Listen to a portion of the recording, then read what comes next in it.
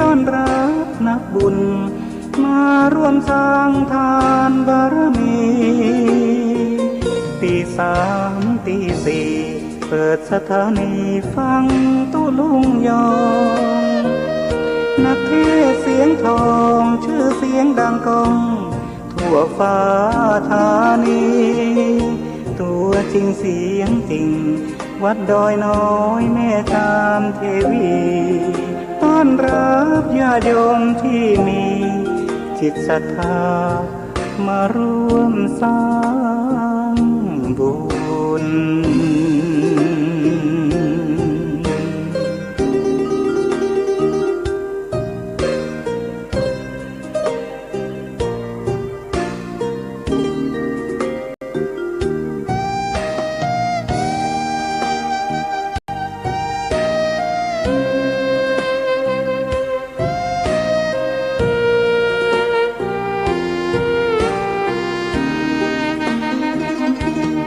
วัดดอยน้อยอยู่กลางยอดดอยโรยต่ออำเภอดอยละออเขตติดต่อป่าสร้างลำพู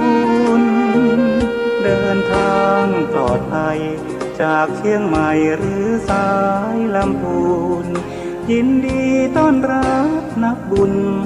มาร่วมสร้างทานบารมี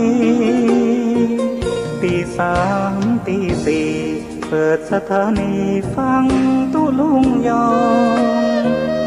นักเทศเสียงทองชื่อเสียงดังก้องทั่วฟ้าธานีตัวจริงเสียงจริงวัดดอยน้อยแม่ตามเทวีต้อนรับญาติโยมที่มีจิตศรัทธา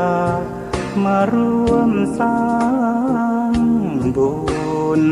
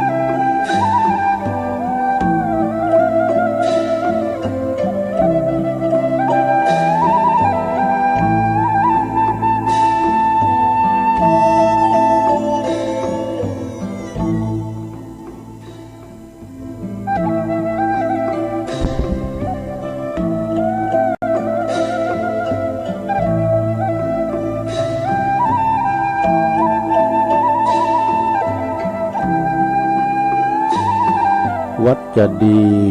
มีหลักฐานเพราะบ้านช่วยบ้านจะสวยด้วยเพราะวัดดัดนิสัยบ้านกับวัดผลัดกันช่วยก็อวยชัยถ้าขัดกันก็บรรลัยทั้งสองทางขอความนอบน้อมแด่พระรัตนตรัยอันมีพระพุทธพระธรรมพระสงฆ์เป็นสรณะที่พึ่งกราบแนบไต่ไหวสาถวายความเคารพมายังครูบาอาจารย์พระมหาเถรานุเถระตันเจ้าคณะพระสังฆาธิการพระภิกษุสามเณรเจ้าจุโตจุองค์คูวัดวาอารามขอความเจริญในธรรมเจริญปรเจริญชัยมายังบรรดาปออกแม่ออกศรัทธาตันสาธุชนคนดีทั้งหลาย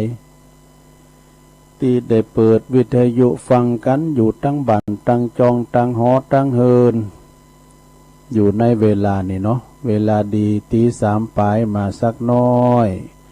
ปอหลงแม่หลงปอลุงแม่ป่าปีป่าหน้าเอาอาสทาตีนจ้องห้องวัดเถ่าแก่หนุ่มกำแจ้ยิงต่างหลายเนาะอันเป็นกีฬานุปาถากสันนิบาตตันเข่านะมาฟังรายการนี้เปิ้นใส่ชื่อว่ารายการสัพเพเหระปกิณกะขอนลุงไก่แจ้งรายการเสียงธรรมแสงทอง ซึ่งก็ดำเนินรายการโดยตนโตแห่งอาตมาภาพ เก่ากระผมตุลุงนันชัยวัฒนาคเสโนคุณเก่าคุณเดิมคุณโบราณก็มาเข้าดำเนินรายการบริหารเวลาเนาะเจ้านี่เป็นเจ้าของวันเสาร์เนอะสุกเอาเหล่าเสาเอาหน่วยวันนี้เป็นวันเสาร์พลัมวาเป็นเดือนมีเมษาพุทธศักราช2564วันนี้วันที่17สราญาติโยมว่า16วันนี้วันที่17แล้วของเดือนเมษาเนาะแต่ว่าเปิ้นก็กินแกงอันนูนกันเนาะแต่บางพองเปิ้นก็อันเก่าอันใหม่ก็เอาอันเก่าขมละวันนี้ก็ทำวันหนึ่งนี่นะวันนี้ก็แกงหนูนำวันหนึ่งเนี่ยปีไอ้ไต้หูเฮาเปิ้นโทรมาเจ้านะไอ้จอมหยุด ไอ้จอมหยุด2แผ่นดินว่าอันเก่าขมละอันใหม่ก็เอาว่านี่เป็นวันปักปีนี่นะแล้วก็เอาวันนี้ค่ำวันปักปีวันนี้ก็กินแกงหนูนำวันหนึ่ง ปักปีปักเดินปักวันปักยามปักไผ่ปักมั่นก็ว่ากันไปเนาะศรัทธาญาติโยมทั้งหลายก่อนที่จะอุกันเป็นหนักไปหลายนะวันนี้ตุลุงก็จะได้ไหวพระให้ก่อนศรัทธาญาติโยมทั้งหลายเพื่อความเป็นสิริเป็นมังกรเป็นมงคลกับตนกับโตกับหมู่เฮาเจ้าขาดทั้งหลายเนาะพอหลวงแม่หลวงเขาลุกกันมาแล้วบ่วันนี้มีกิจกรรมเนอะจะมีการไหวพระหาบศีลโยงเข่าบาทโยงเข่าพระเจ้าสุมาขันเกี่ยวเจ้าทั้ง3เนี่ยกะเนาะวันนี้เปิดมากันหลายนี่ เอาเพื่อความมั่นคงเนาะในการกินการทานในการประพฤติวัดปฏิบัติธรรมเขาจะไหวพระพร้อมกันเนลงบ้างลงโอนลงแม่บุญพินเขาตึงลงตึงหลายวันนี้มีธรรมเตจยะตัง7ของหลวงตามูลวัดหนองเจริญตำบลตำบลนั้นหนองปลาสวายนะอำเภอเวียงหนองหล่องได้กระเดียวก่อนบ้านหุงกันเนาะเวียงหนองหล่องเยอะสุมาเด้ออำเภอบ้านหุงจะไหวพระกันเนอะหลวงต้องลุกมาเตอนอนยุหานะมันเจ้าอยู่ไหวในจิตในใจก็ได้เนอะอะระหังสัมมาสัมพุทโธภะคะวาพุทธังภะคะวันตังอภิวาเทมิสวากขาโตภะคะวะตาธัมโมธัมมังนัมมัสสามิสุปฏิปันโนภะคะวะโตสาวกสังโฆสังฆังนะมามินะโมตัสสะภะคะวะโตอะระหะโตสัมมาสัมพุทธัสสะนะโมตัสสะภะคะวะโตอะระหะโตสัมมาสัมพุทธัสสะนะโมตัสสะภะคะวะโต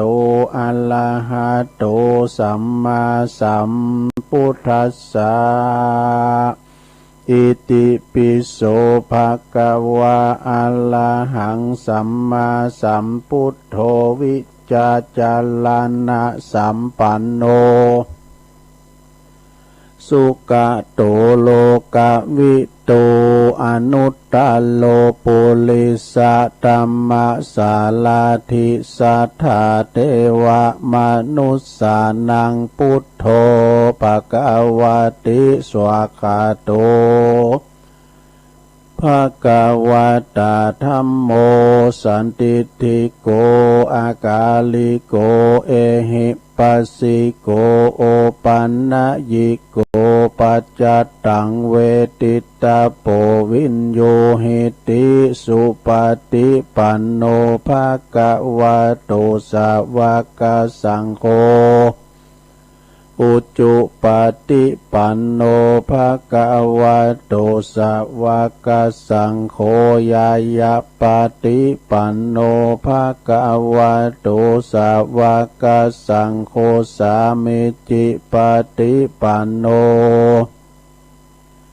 ภะคะวะโตสาวกสังโฆญาติตังจัตตาลิปุลิสยุคานิอัฏฐปุลิสปุคลาเอสะภะคะวะโตสาวกสังโฆอาหุนายโยปะหุนายโยตะคินายโยอัญจลิกาลานิโยอนุตตะลังปุญญเขตังโลกัสสาติจะยันโตโปธิยามุเลสกายานังนันทิวัตตโนเอวังตวังวิจัยโยโหหิจัยยสุจัยยมังคะเลอปัลลาจิตตาปันลังเกสีเสปัทาวิปุคัลเลอภิเสเกสัพปะพุทธานังอากาปะโตปโมทาติสุนักกตังสุมังกลังสุปะพาตังสุโหติตังสุขันโนสุโมโหโตจัสสุยิทังพลัมมัจจาลิสุปะทักขินางกายกัมมังวาจากัมมังปะทักขินางปะทักขินางมโนกัมมังปานิทิเตปะทักขินาปะทักขินานิกาตวนะลาปันตัตเถปะทักขิเนสัพพิติโยวิวัจจันตุสัพพะโลกโควินัสสตุมาเตภวัตวันตลายโยสุขีติงกายุโกภวะอัมภิวาตานาสิลิสานิจังวุตตาปัจจายโนจัตตารโอธรรมาวาทันติอายุวันโนสุขังปะลังเอาแล้วสัทธาญาติโยมต่างหลายตุลุงก็ปีนเก้าปีนโหนนำสวดมนต์ไหวพระไปปีนตีเรียบร้อยขอคุณพระติตะไหลลัตนะผ่านแผ่วพระแก้วเจ้าตังสามประการจงได้ดลบันดาลมาปกป้องคุ้มครองรักษาครูบาอาจารย์พระมหาเถรานุเถระตันเจ้าคณะพระสังฆาธิการพระสงฆ์องค์สามเณรเจ้าอยู่กับวัดกับว่าเนาะเป็นผู้ที่สืบทอดพระศาสนาไปกันปิ้นชงไปเรียกว่าปินเนินนาบุญที่ศรัทธาสักการะบูชากราบไหวเนาะก็คือมีสลีที่คาอายุมันยืนยาวงอกงามไพบูรณ์ในพระศาสนาปินติปะติปึงตั้งจิตตั้งใจของญาติของโยมกันต่อไปเนาะสถาญาติโยมก็เหมือนกันเนอพอออกไม่ออกเฮานี่นะผู้อุดหนุนนะเปิ่นว่ากองหนุนเนาะนักรบดีต้องมีอาวุธนั้นก็คือสติพยาปัญญากองหนุนนั่นก็คือหนานเขาเนี่ยกันศรัทธาพอออกไม่ออกเนี่ยนะของหนุนดีนักรบดียุทธศาสตร์การวางแผนดีศาสนาของเฮาการกุงลุงเลิงแน่นอนเนาะแล้วก็ของศรัทธาญาติโยมเฮานะมีสุขภาพพลานามัยสมบูรณ์แข็งแรงหน้าแดงแสงเฮอเนาะอย่าเจ็บอย่าจนอุดหนุนกำจูปูจากันไปรักษาศีลกินทานกันไปขอเป็นกำลังจิตกำลังใจของปออกศรัทธาที่เปิ้นติดต่างติดเตงก็เอาวิทยุเนี่ยเนาะ ยิงยุคนี้สมัยนี้สามหายสตาบางคุณขีดกันนะขีดกันหลายอย่างการก็ไม่ได้ไปเยอะนะอยู่กับบ้านกับจ้องก็ดีแล้วสถานเนาะจะไปออกมาเชิญลูกไปนอกลำไปไหนมาไหนคุณแออัดก็เฝ้าไปเฝ้าปีกเอกะนะใส่แมสเนอร์อินห้อนจอนกลางล่างมือเนี่ยใส่ถุงมือใส่หน้ากากซุปหมกเฮ้ยนะเนาะ ไปไหนก็จะไปมืนหายไปโวยปีกโวยอีกอะต่อไปตุลุงก็จะไปตั้งสถานีวิทยุเกินที่เปิ้นมีบุญต่อโสดประสาทหูเฮาที่ได้ฟังกันนะกันมีเปิ้นเฮาก็ไม่ได้ยินดักปิ่งยินวอยลงสถานีวิทยุในเครือข่ายที่เปิ้นหับสัญญาณรายการธรรมะช่วงเวลา3 โมงถึง5 โมงนะตี 3 ถึงตี 5ก็ประกอบไปโดยสถานีวิทยุคลื่นพระพุทธศาสนาและวัฒนธรรมวัดฝายหินตำบลสุเทพอำเภอเมืองเชียงใหม่104.50 FM 104.50 เมกะเฮิรตซ์โดยเมตตาบารมีธรรมอาจารย์พระครูสมุวิสุวัฒน์วรกิจโจท่านพระอาจารย์เปิดลิงก์สัญญาณไปคือสถาได้ยินวัดฝายหินนี่กว้างเด้อสถาเด้อคืนเพิ่นนะไปแพ้วหลายด้อยพุ่นนี่นะไปแพ้วพุ่นน่ะบ้านนั้นปงดอนแม่อาจารย์ฟ้องครับพุ่นน่ะไปแพ้วเว้งเป่าพุ่นนะที่เฮาขึ้นได้ยินขึ้นโดดข้ามไปแพ้วเมืองลีพุ่นเนี่ย แม่บุญปันแม่ซ่อนเขาอยู่ทั้งบุญก็ได้ยินเนี่ยเนาะเอาสถานีที่2ขึ้นวิทยุของคณะสงฆ์อำเภอฝางเนอะตั้งอยู่ที่วัดพระบาทอุดมวัดพระบาทอุดมนำบ่อสาวาสำนักวิปัสสนา FM 100.25 เมกะเฮิรตซ์เนอะครอบคลุมไปถึง3 อำเภอมีอำเภอแม่อายชัยปราการฝางโดยเมตตาบารมีธรรมหลวงพ่อใหญ่เฮาขึ้นแล้วนี่ก็เอาน้ำมุนบ่ละหลวงพ่อพระครูสุจิตานุรักษ์เจ้าคณะอำเภอฝางเนอแล้วก็ตุปีจำเริญโชติธรรมโมวัดสันโค้งอำเภอแม่อายโดยได้รีโมทลิงก์สัญญาณไปพินตีเรียบร้อยสถานีวิทยุแดนดินถิ่นล้านนาตั้งอยู่ที่บ้านโฮงงัวตำบลนำบ่อหลงอำเภอสันป่าตอง FM 103.50 เมกะเฮิรตซ์โดยพี่อ้ายใต้โหเฮานอคุณรุจิสมบัติเงาคำนี่สถานีที่4คลื่นธรรมะของชุมชนวัดหอยตองซักตำบลคงเปาอำเภอจอมทอง FM 98.75 เมกะเฮิรตซ์โดยเมตตาบารมีธรรมอาจารย์ท่านพระครูวาปีวรมานิท่านอาจารย์ชวาลิชัยวังโสก็ได้ลิงก์สัญญาณไปโซนไต่ได้ยินได้ฟังการแต้มเจ้าและฟังเพลงของโมนและไอ้ดอกแม่หลวงขอโทรมานะโมนนะตุ๊นะสมัยแม่เป็นสาวนะแม่เคยห้องเพลงนี่นะเขาประกวดนะเพลงยังนะเด็กท้องนา ละอองดาวสกาวเดือนสถานีที่5มนเสียงธรรมจากอำเภอแม่แจ่มตั้งอยู่ที่วัดบุพารามนะอำเภอแม่แจ่มตำบลช่างเคิงเนอะโดยเมตตาบารมีธรรมหลวงพ่อท่านพระครูมงคลวิสิทธิ์หลวงพ่อใหญ่เฮาแล้วก็อาจารย์ท่านพระปลัดอุทัยถึง2อุทัยโดย FM 106.25 เมกะเฮิรตซ์เนอะมนเสียงธรรมสถานีที่6สถานีวิทยุเน็กเนียวเรดิโอ FM 96.75 เมกะเฮิรตซ์ตั้งอยู่ที่บ้านจงตำบลทุ่งกวาวห้างหุ้นส่วนจำกัดอนุสรณ์เรดิโออำเภอเมืองปานจังหวัดลำปางเนอสถานีที่7วิทยุชุมชนคนเหนือเขื่อนตั้งอยู่ที่บ้านดงดำอำเภอฮอดจังหวัดเชียงใหม่ครอบคลุมไปทางอำเภอดอยเต่าโดย FM 90.75 เมกะเฮิรตซ์เนอสถานีที่8สถานีวิทยุเพื่อการศึกษาและพัฒนาอาชีพราเรดิโอเน็ตเวิร์ก FM 103.00 เมกะเฮิรตซ์อำเภอเมืองจังหวัดลำปางขอบคุณทางคุณอนุพงษ์ตาจินะตัวเนอะเจ้าของสถานีสุดท้ายสถานีที่9สถานีวิทยุราเรดิโอเน็ตเวิร์ก FM 99.50 วิทยาลัยเทคโนโลยีและการจัดการกฟผ.แม่เมาะลำปางเนี่ย เก่าสถานีโดยการได้ลงเนอเดี๋ยวนี้นะกล่องกังวานไปมดดังกูตีอะนะเช็คระบบละได้ยินหมดอนสถาเนาะก็ต้องขอบคุณเจ้าของคืนเจ้าของสถานีทุกคืนโดยนะที่เปิ้นนำเอารายการรายการนี้สู่ตันผู้ฟังอันนี้ภาคภาษาย่องเนี่ยอันนี้เป็นการอนุรักษ์วรรณกรรมภาคภาษาย่องคูณยองบะอู่แล้วไผตีไหนจะมาอู่สถาญาโยมนะนั่นก็ฟังกันไปนะ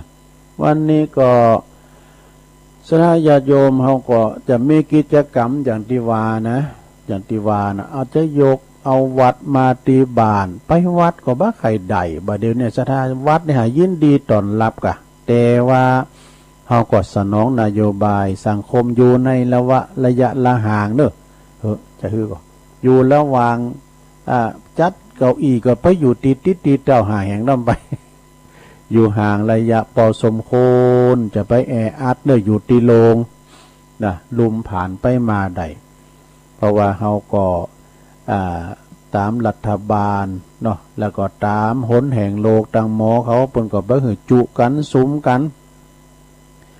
บ่เดี๋ยวนี้ได้ดีครับกันนะตุลุงอูนี่คุณเดียวน่ะคุณไทยฟังกันจัดหลายเหมือนกันเด้อเพราะเดี๋ยวนี้เพิ่นไปไหนกันน่ะอยู่กับพอกับเพิ่นกับบ้านกับจองก็เอาวิทยุเนี่ยเป็นกูตัวนะฟังแก่งอมแก่เงากันไปรายการนี่เป็นรายการแหลกนะรายการแหลกเตียนเฮาได้เป็นรายการที่ว่ามากันโตปินมาหลายเตือว่าจะได้ฟังแต่เช้าเนี่ยโยมก็ครับโอ้ฟังเจ้าแล้วเนาะแม่เนาะก็เด้อกันเด้อตุลุงอูกันเด้อก็เด้อก็โทรมาเด้อสาธุมาหลายเตือแล้วนึกว่าที่ยุ่มดังไงอ้าวศรัทธาญาติโยมทั้งหลายเดี๋ยวตุลุงอูก่อนแต่ปันตาพวกน่ะกึ่งชั่วโมงพวกน่ะเนี่ยวันนี้นะอู่กันติมตีเป็นวันเสาร์แล้วพุกตุลุงผมได้มาพัดหน้าพวกกันได้มากำนะเนาะวันพฤหัสศุกร์เสาร์เป็นวันคิวตุลุง อันนั้นศรัทธาญาติโยมก็ฟังกันไปมีบยังศรัทธาญาติโยมตุลุงก็เอาหานหน่อยนี่หน่อยเอาน้ำทำคำสอนตุอุ่ยพองหลวงตามูลพองเนี่ยมาเตสนา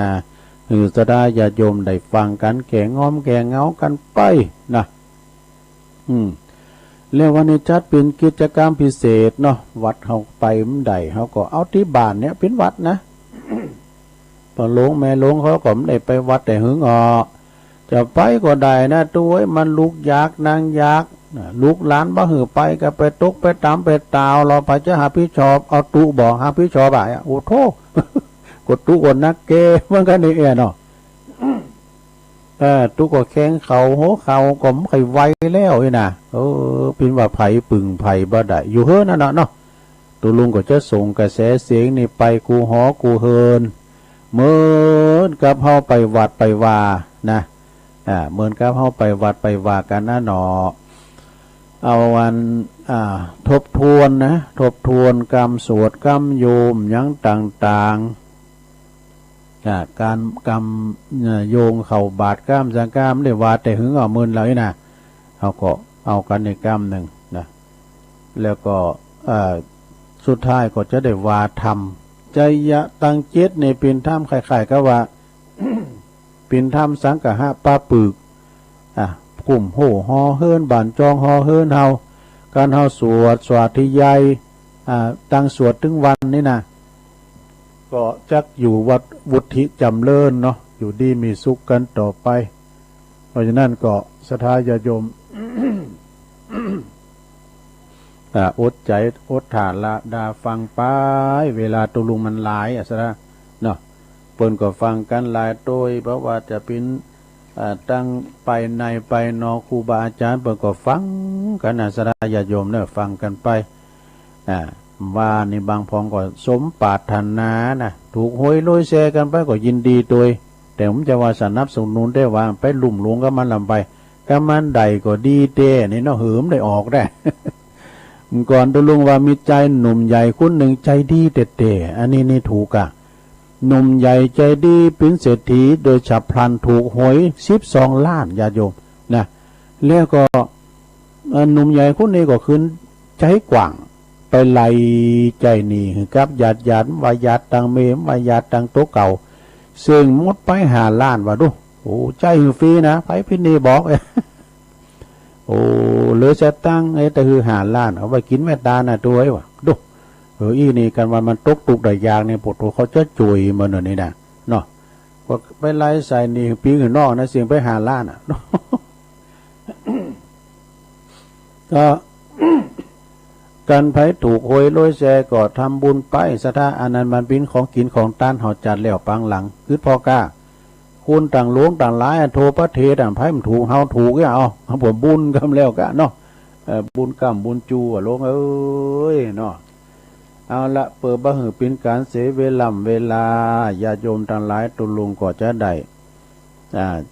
เข้ากิจกรรมแล้วเน้อลงเน้อ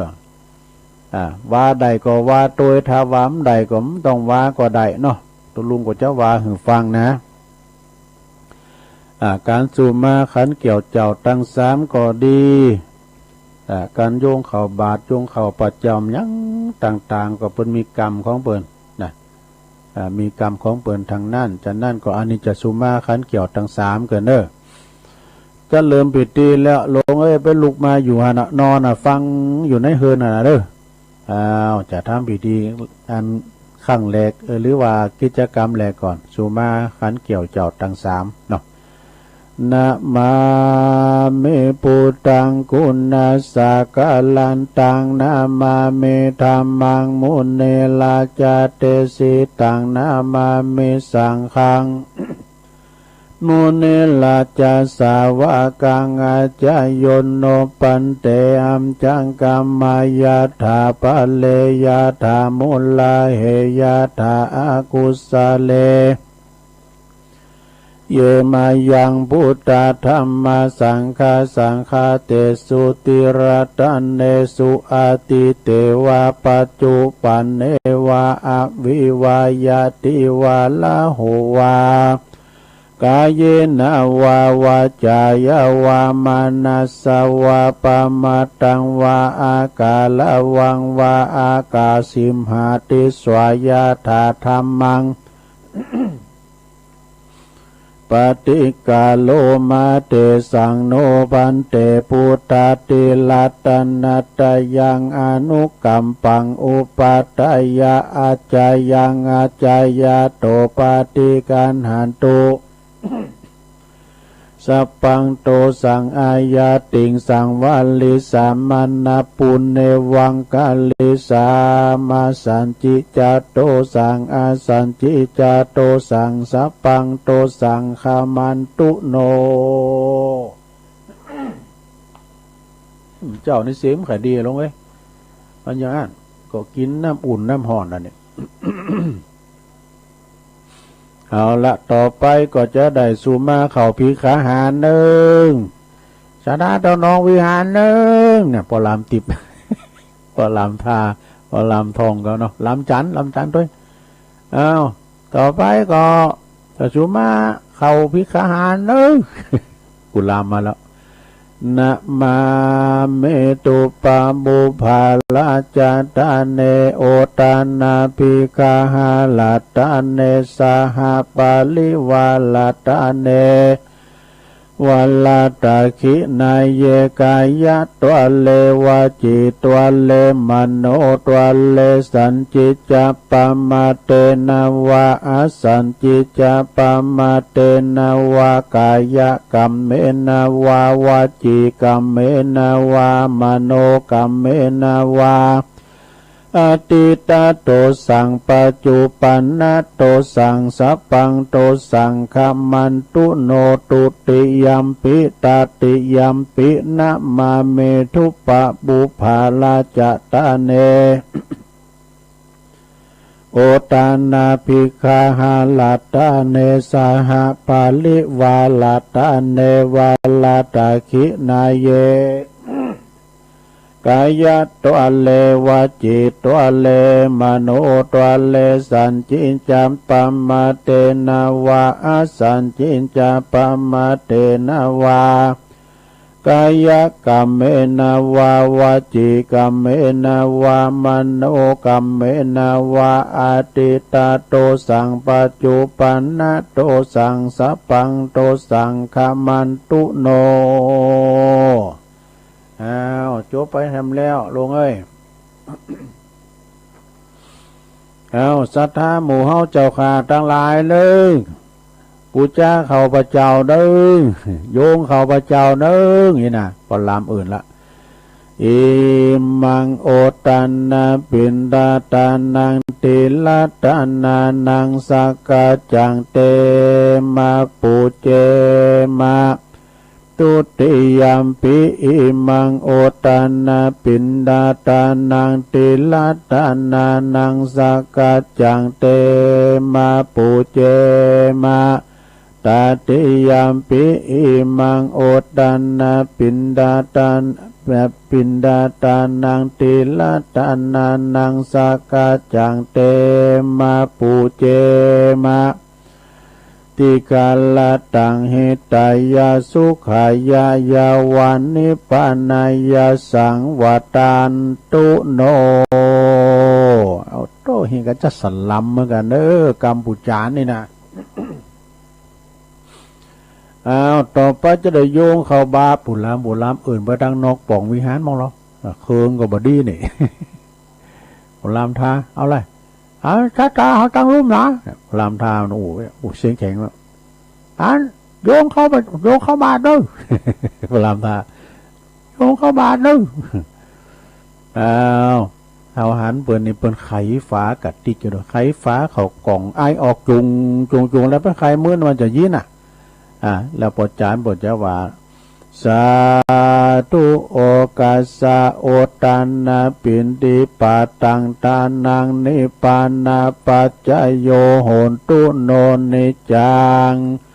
โอตันนาปินติปาตังตานังนิปานาปัจจโยโหนตุโนนิจังโอตันนาปินติปาตังตานังนิปานาปัจจโยโหนตุโนนิจังเอาแล้วโยงเข้ากันเป็นตีเรียบร้อยแล้วแต่บางทีบางแห่งพวกก็มีทำอยู่นะพวกก็มีทำอยู่แต่อันนี้เอาแบบสากลเนาะ เอาธรรมดานี่ก่อนต่อไปไปตั้งแถวกันนี่ไปตั้งแถวกันหน้าโฮงหลวงคูบาบุญปัจจายอยู่แถวหน้าแม่ยิงอยู่แถวหลังคุณมีชัดตั้งอยู่ตั้งใต้พี่ โยงเข่าเอาขยโยมโซหากะละมังทางเปซามูไรเข่าสารโซหากระสอบไว้ภาชนะเข่ารุ่นบาทนะนี่นะเนาะมาดึงโกลาหนตอนนี้ลุกมานี่โกลาหนปุตโตสลุงว่ะมาดึงเลนกันเป็นบ่ลงกงกังเนี่ยปุตโตมันสารก็โดยอย่างพึ่งจะแตกห้างไงกับตอนนี้นะมันจะไปตั้งแถวกันดู ยายแถวไปกวางไปแถมไปมันขาดตอนกะติดกันเคิดขึ้นไปแถมไอ้ดูมันเกี่ยวคำเขาไปไหนเขาโซหาว่าขยโยมเนี่ยถ้าขยโยมเนี่ยครูบาเปิดแต่เตี้ยวแล้วครูบาตัวลุงทาจะเตี้ยวแล้วเนี่ยโอ้พานเนนก็ยืมมินไหนมดก็มีตะเอียก็บนนั้นก็มีตะเอียก็สถามีตะหือ300ปลายผมดูมันสมดุลกันนี่ก่อนที่ได้ใส่บาตรได้ก็โยงจอใส่เก่าใส่โหยลำเปิงว่าข้าวของข้าพระเจ้าขาวดังดอกบัวยกขึ้นเหนือหัวถวายแด่พระสงฆ์จิตใจจำนงตรงต่อพระนิพพานขอให้ถึงเมืองแก้วขอให้แคล้วดุบ่วงมารขอให้ทันพระศาสนาพระศรีอานในอนาคตการโน้นเทินนี่กอยยอกอยยองกอยยอกอยยองจะไปเอามือเลี้ยนถูกบาทจะไปอู่กันละงับหับปากครูบาเปิ้นเตียวแล้วสุขโหมะไปใจสุขโหมะไปใจเขารุ่นบาทเกี่ยวเขาไม่แน่เขาไปอยู่ตีไหนอันละอ่อนขยโยมโมเนี่ยมันจะดื้อขยโยมนะตอนนี้นะ คุณเฒ่าว่าละแก้วเขารุ่นหมาน่ะเขารุ่นหมาน่ะไว้อันนั้นเปิดโตนี่เปิ้นดักน่ะโตนี่เอาอยู่กวาวไปไหวมันได้อันเข้ารุ่นบาทเนาะเอาละตอนนี้ก็อันเข้ามาแล้วบทมันกว้างนี่ประกบเน้อขโยมประกบเน้อโอ้ก็อันนั้นสุดท้ายปุงสัมพินลูกหล่าโคหอมเป็นนักใต้นี่นักตั้งหูบ่เน้อเป็นนักใต้เพราะว่ามันเป็นอันลูกหล่าโคหอมได้รู้องค์สุดท้ายดำหมดอ่ะดู ดำหมดอ่ะสุขโขโหมะไปใจเมื่อว่าครูบาอาจารย์บินที่บาทเนาะมาถึงในศาลานั่งอยู่ที่อาจสงไปปีนตีเรียบร้อยศรัทธาก็กำลังสานกันเข้ามาแล้วในศาลาโลงในวิหารโอ้วันนี้คุณมาหลวงหลายปีใหม่ปีนี้คุณนักเนิ่นรุ่นวิหารจะเป็นทางไก่กันเนี่ยเพราะนั้นนางระยะห่างนะทางสังคมจะไปไก่กันห่างเม็ดนึงโอ้ปนคุณว่าพินว่าคุณรุ่นวิหารพอมันนางห่างดูปนมืดติดกันนะจะไปหายใจต่องกันเด้อห่างกันหน่อยนะห่างกันหน่อยต่อไปจะเข้าพิธีเนอะจะเข้าสู่พิธีแล้วปุรามไปประจิตเส้นเต้นสนุนก่อนโอ้วันนี้ได้รับเกียรติเนาะได้รับเกียรติจากการปหลวงบ้านเฮาจะได้เป็นประธานจิเตนปูจาเอาศรัทธาเฮาเด้อละงับพับปากเด้อจะเริ่มแล้วอาจจะไปอู่การดักเกินเอาจะเริ่มแล้วเด้อหันหน้ามาตั้งพระเจ้าหลวงพี่ยกมือไหวไปมือสาต่อไปขอเชิญปหลวงบ้านเฮาเป็นประธานจิถูกจิเตนปูจาภารัตนตรัยเด้อเอาละตอนนี้ก็ตั้งปหลวงจิเตนเรียบร้อยผู้ช่วยเกณฑ์ขันศีลครับเนี่ยผู้ช่วยก็เกณฑ์ขันศีลปีนตีเรียบร้อยต่อไปก็จะเริ่มพิธีแล้วเนอจะหับศีลเนอจะหับศีลเอาผู้จานไม่ไหนผู้จานเอาลามเอาไม้ผู้จานแล้วคาถาเอาตั้งหลายผู้จานนั้นไหนแพ้ปวงต่อไปเอาศีลเนอมายังพันเตติสาลาเนนะสหปัญจศีลานิยาจามะตุติยัมปิมายังพันเตติสาลาเนนะสหปัญจศีลานิยาจามะต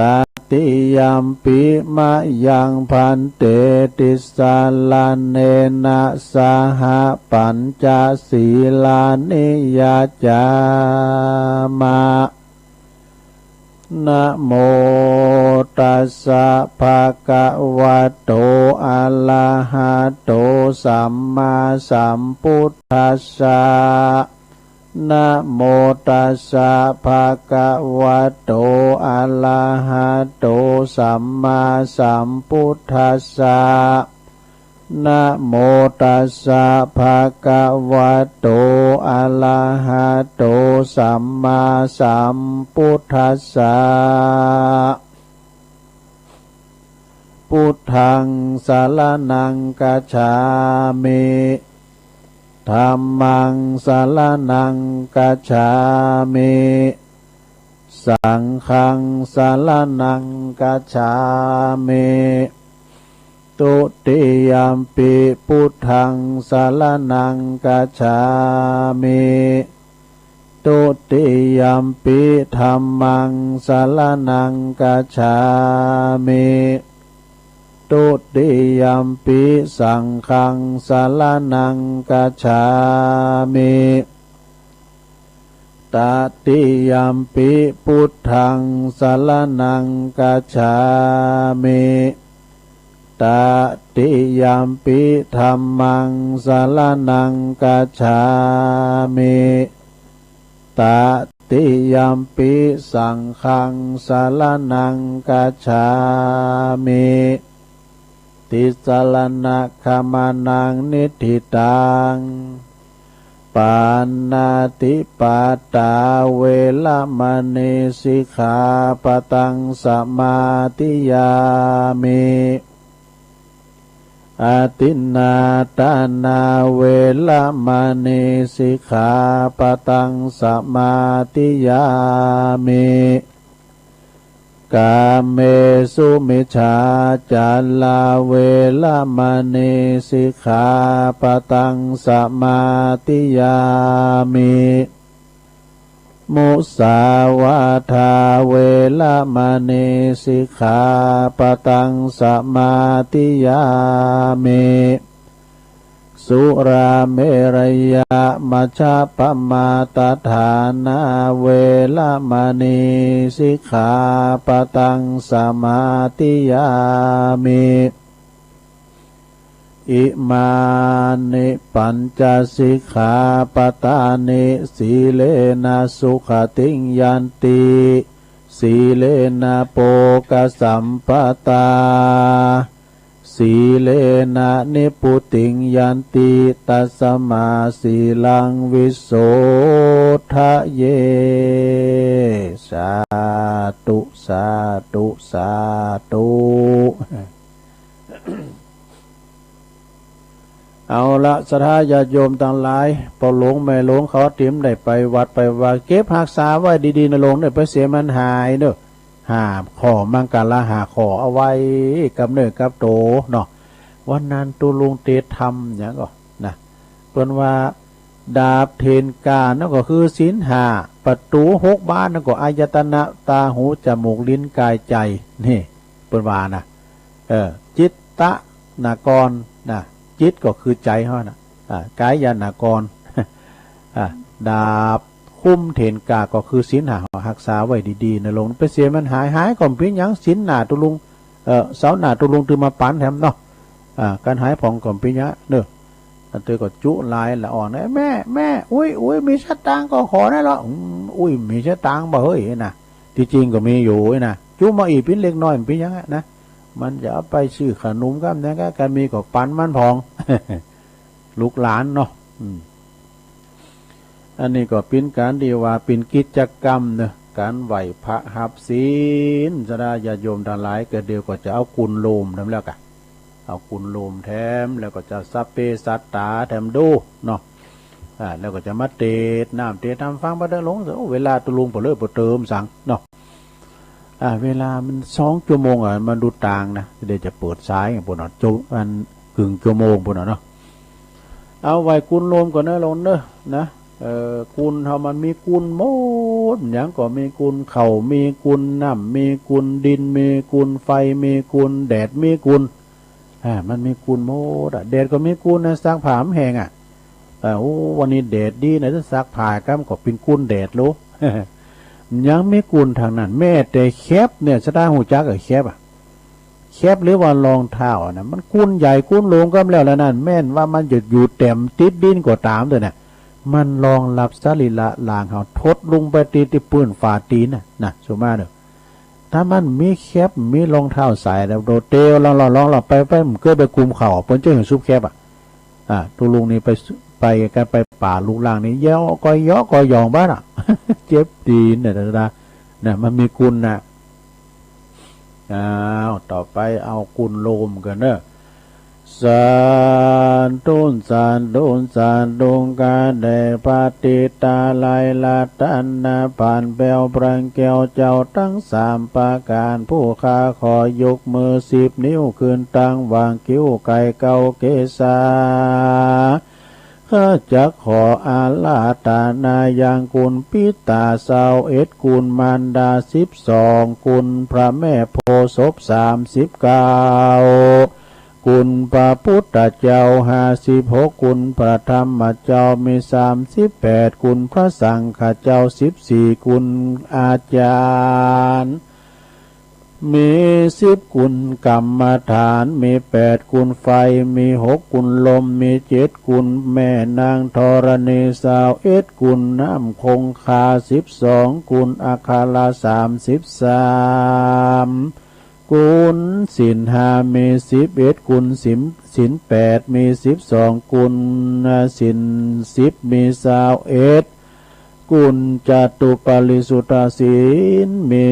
27กุลอรหันตาคือมรรคสี่ผลสี่นิพพาน1รวมเป็น9กุลอาสาสะปัสสะสะนิสาวาอาสะกุลพระวิหาร84,000ปันหลังกุลพระมหาเจติยะเจ้า84,000ปันดวงผู้ข้าขออาราธนาพระคุณเจ้าตั้งหลายเหล่านี้จงมาเป็นซอยประดับสำหรับกายอันประเสริฐเมื่อผู้ข้าพระเจ้าตั้งหลายเมื่อผู้ข้าพเจ้าต่างหลายเสี่ยงชีวิตไปนั่นและละสังขารไปปีใดเดือนใดวันใดยามใดคืนใดดังอันก็ดีผู้ข้าต่างหลายก็ขออาราธนาอย่างคุณเจ้าต่างหลายจงได้มาเปิดประตูพระนิพพานคือเวียงแก้วแก่ผู้ข้าต่างหลายแด่เตินนิพพานาปัจจโยโหนตุโนนิจังนิพพานังปาลามังสุขังนี่อันนี้เป็นกุนโลมนะโลงเนอะกุนโลมใหญ่ผูกไว้เอาเนาะผู้พระครูวรธรรมมันน่าจะเป็นอย่างมาเข่ารายการวันติดนะอันนี้กุนโลมแบบยอๆนะแต่รับจากหลวงปอสำลิดนะซบวักเมเจียมบนเนอร์อันนี้เปิ้นเอามาหือตุลุงนะเอาข้างเปิ่นปินลักนะต่อไปจะแผ่เมตตากันเนอะสัพเพสัตตาสุขิตาโหนตุสัตว์ทั้งหลายที่เป็นเพื่อนทุกข์เกิดแก่เจ็บตายด้วยการทั้งหมดทั้งสิ้นจงเป็นสุขเถิด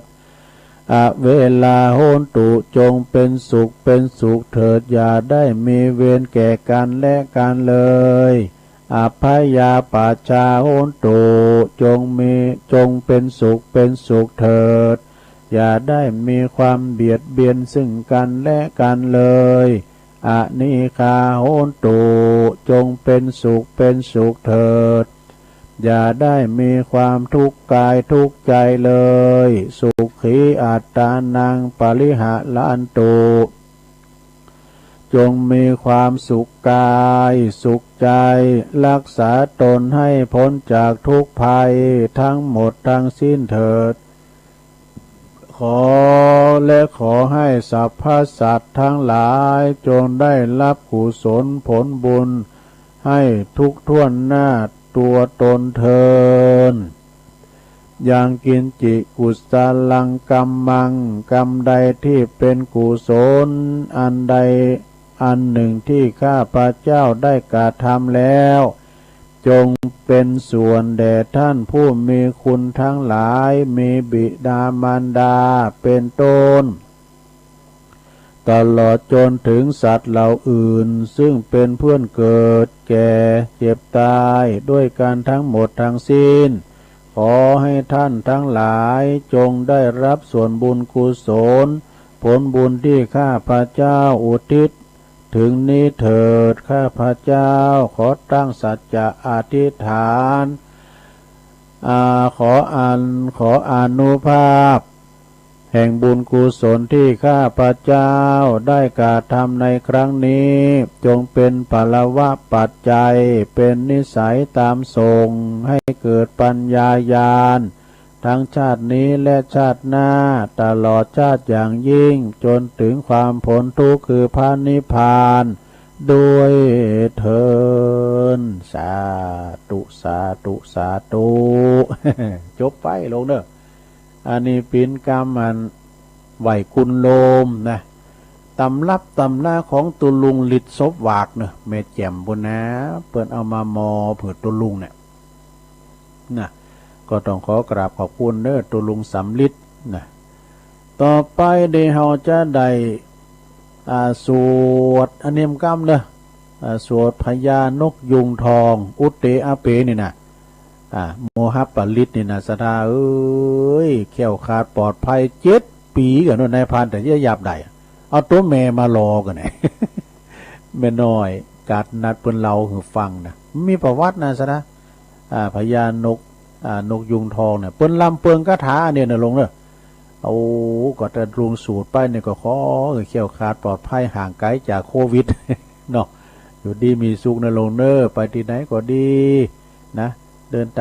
างไปตามรถตามลาไปต่างบกต่างน้ำต่างอากาศก็ขอเดินทางเขี่ยวขาดปลอดภัย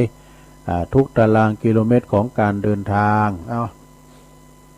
อันนี้ตุลุงว่าเวยหน่อยนึงก่อนเนอะเพราะอันนี้มันเต้นมันนันกันว่าจ้าก็ว่าลุงว่านี้นะเอาว่าตามที่แบบฉบับที่พาน้อยเขามันว่าเวยตุลุงตัวผมเต้นเสาสะโหเขาก็บ่โตเหมือนก็เฮาลุนตัวเขาเดี๋ยวท่าตุลุงหน่อยตุลุงชลาภาพแล้วไปไว้โวยอุเต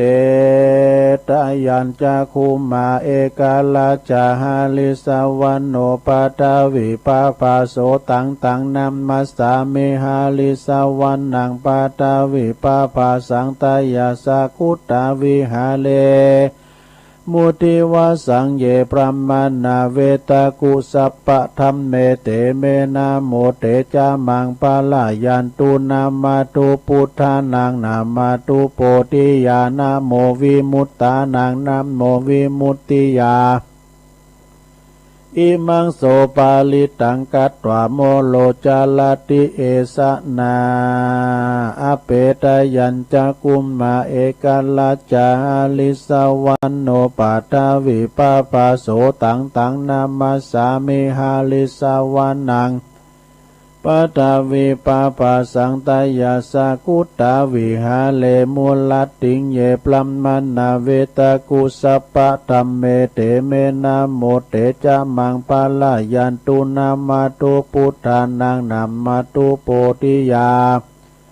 นะโมวิมุตตานังนะโมวิมุตติยาอิมังโสปาลิตังกัตถวโมโลวาสัมมาคปายิติโมลปาลิตังสาธุเขี้ยวขาดปลอดภัยเขี้ยวขาดปลอดภัยนะอยู่ดีมีสุขเขี้ยวขาดปลอดภัยตึงไปตึงปอกนี่สถานเนาะดูโอ้กาเฮาทำกิจกรรมนะแถม6 นาทีจะได้ชั่วโมงลง เอาแต่ว่านะเนาะก็เฮามันปิดในวันเนี่ยเนาะปิดในวันในเป็นกิจกรรมในวันหนึ่งลงโทนความจำโทนความจำกรรมหิกรรมให้อย่างต่างๆเนาะไม่ว่าจะเป็นกรรมอาราธนาสิ่งใดสิ่งนั้นมันผิดพลาดประการไปใดปองกอดสุมาน่ะตุลุงมาก่อตึงปุตโตปุจานก่อนเนี่ยปุลามก่อนเนี่ยพอหลงก่อนเนี่ยกำนันก่อนเนี่ยตุลุงท่าก่อนเนี่ยมินิสปะได้แม่คำแม่สีแม่มาเขามีเนี่ยแต่นั้นบางคนเนี่ยแต่หลงเนาะบางคนนี่มาโดยนะมาโดยบางก็เยะไปอันนั้นมันก่อนมีคนเฒ่าไม่ยิงคนหนึ่งหลงอันเปิ้นเป็นคุณวัดคุณว่าเนี่ยแหละก็เปิ้นเยะตัวจุ่มตัวนะเดือถึงพาน้อยนะว่าแต่เป็นกิจกรรมก็เปิ้นนะอันพาน้อยมื้อนี้ก็การนี้แม่มาก็มาถึงหมดใหม่ชักเตือเนี่ยเยะไปดุกกวาดซ้ายได้อย่าไปก็สามไปจมไปนะเอาเขาก็ตู้ก็เหมือนกันนะตู้ก็ย้ำบอกคือเขาลินตู้เพียมแล้วนี่มันอย่างสมกำเตียนติดเพิ่นจะฟังธรรมหลงฟังธรรมก่อนนี่พระพุทธเจ้าจะเสด็จเดินทางไปสู่เมืองโกสัมปีไปถึงกลางตั้งมีอุบาสก5 คูณมาขอฟังธรรมพระอานนท์ก็แสดงธรรมแล้วก็การพระพุทธเจ้าแสดงธรรมพระอานนท์ก็ปัดวีถวายงานผัดอยู่ตั้งหลังคุณตึงหานั้นนึงฟังธรรมเหมือนกันสักคุณหนึ่งฟังไปมุบเงาลับไปคุณที่2ฟังไปขีดดิ้นลิ่นไปคุณที่3ฟังไปโหนตุ่นไม้ลิ่นไปคุณที่3แต่คุณที่4ฟังธรรมไปแงนผอเดินผอดาวคุณที่5ฟังตั้งใจเนอะต่างอกต่างใจรับตานิ่มเนี่ยคุณเฮานี่มันสั่งบารมีมาเหมือนกันโดเตธรรมจบแล้วต่างคุณต่างไปพระอานนท์ก็มีความสลั่งสังกาถามพระพุทธเจ้าทำไมคุณถึงหาฟังธรรมเหมือนกันเนี่ยพระพุทธเจ้าก็เลยตรัสตอบว่าดูก่อนอานนท์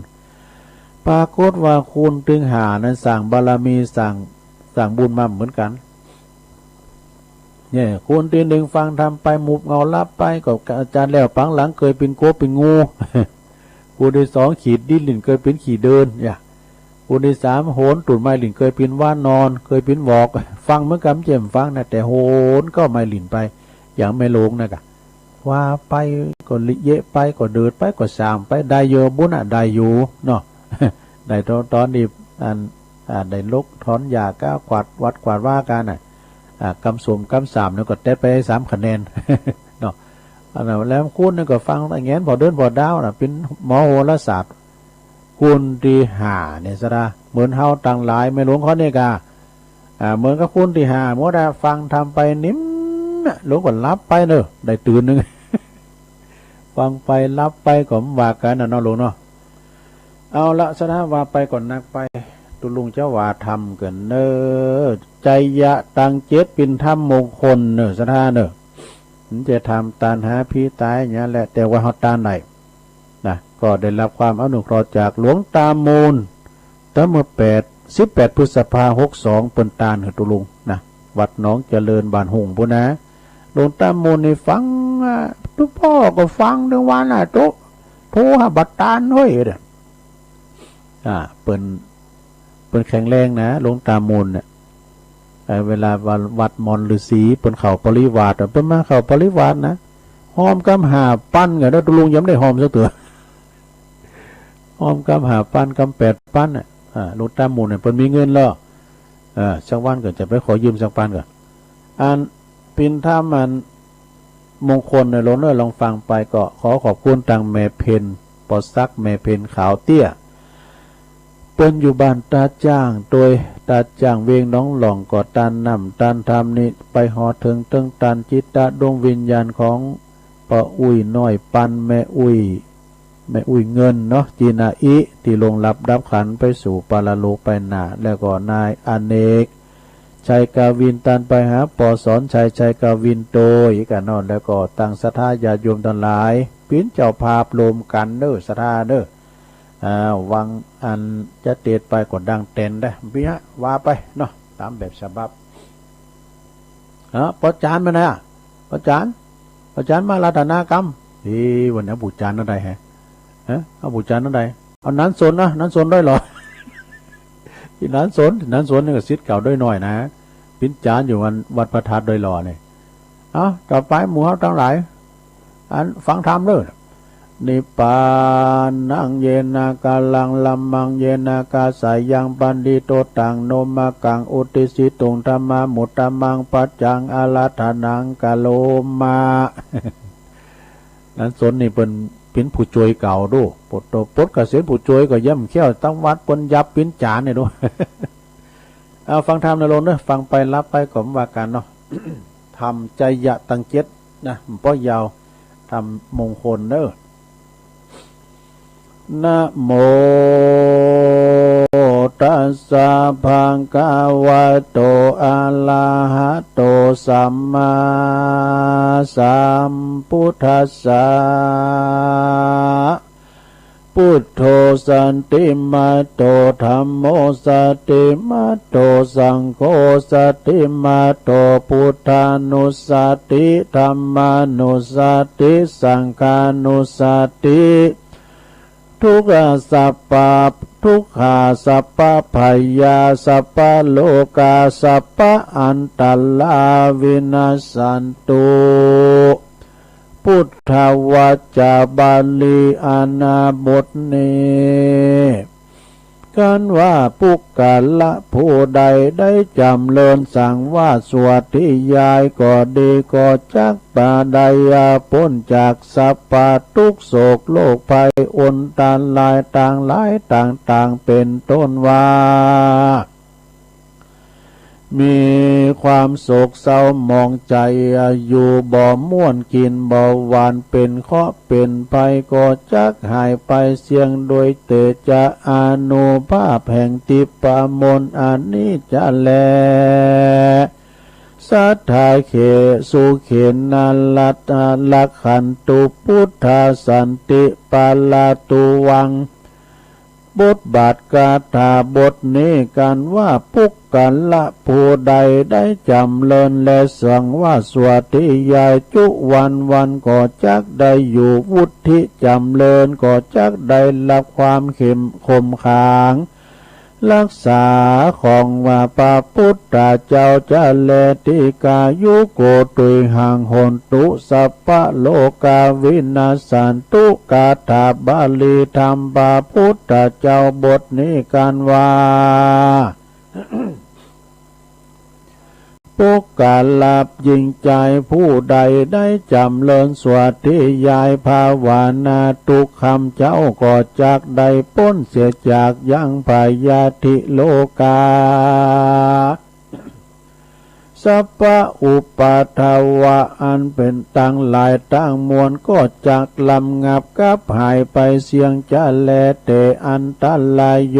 วินาสันตุเตพระกาถาบทนี้กันว่าปุกกาละผู้ใดได้จำเริญสวัสดิยายก็จักลำงับกับหายยังคอเกณฑ์เวนตูดและอนตาลายตั้งหลายก็จักลำงับกับหายไปเสียงจะแลพุทโธสติมาโตสัพพะโจลังสัพพะอันตาลายโยวินาสันตุเตพระกาถาบทนี้กันว่าปุกกาละผู้ใดได้จำเริญสังว่าสวัสดิยายปาลิกรรมภาวนาแม้นว่าโจรผู้ลายสัพพะอนตันลายตั้งหลายอันจักมาเบียดเบียนหิงสาลาวีย่ำยีอยู่ที่กินก็บ่ใดก็จักลำงับกับหายไปเสียงจะแลพุทธังสาลานังปัสสะธรรมังสาลานังปัสสะสังฆังสาลานังปัสสะมหาสัมปวิจากุนังธัมมังสาลานังสวาหะมหาเตจังสาลานังสวาหะกาถาธรรมบทนี้กันว่าปุกกาละผู้ใดได้จำเริญสวดทุกวันแม้นว่าเป็นเคราะห์เป็นภัยยาอุบาทถูกตัวเติ้งตัวจนนาจนหลังถูกด้วยสิบปากุลต้านแปลงต้านใสด้วยอาคมกาถาคุณคนใส่ผีใส่ถูกด้วยต่างบกก็ดีตั้งน้ำก็ดีตั้งไปบนหนอากาศก็ดีก็โดยอนุภาวาติปามนบทนี้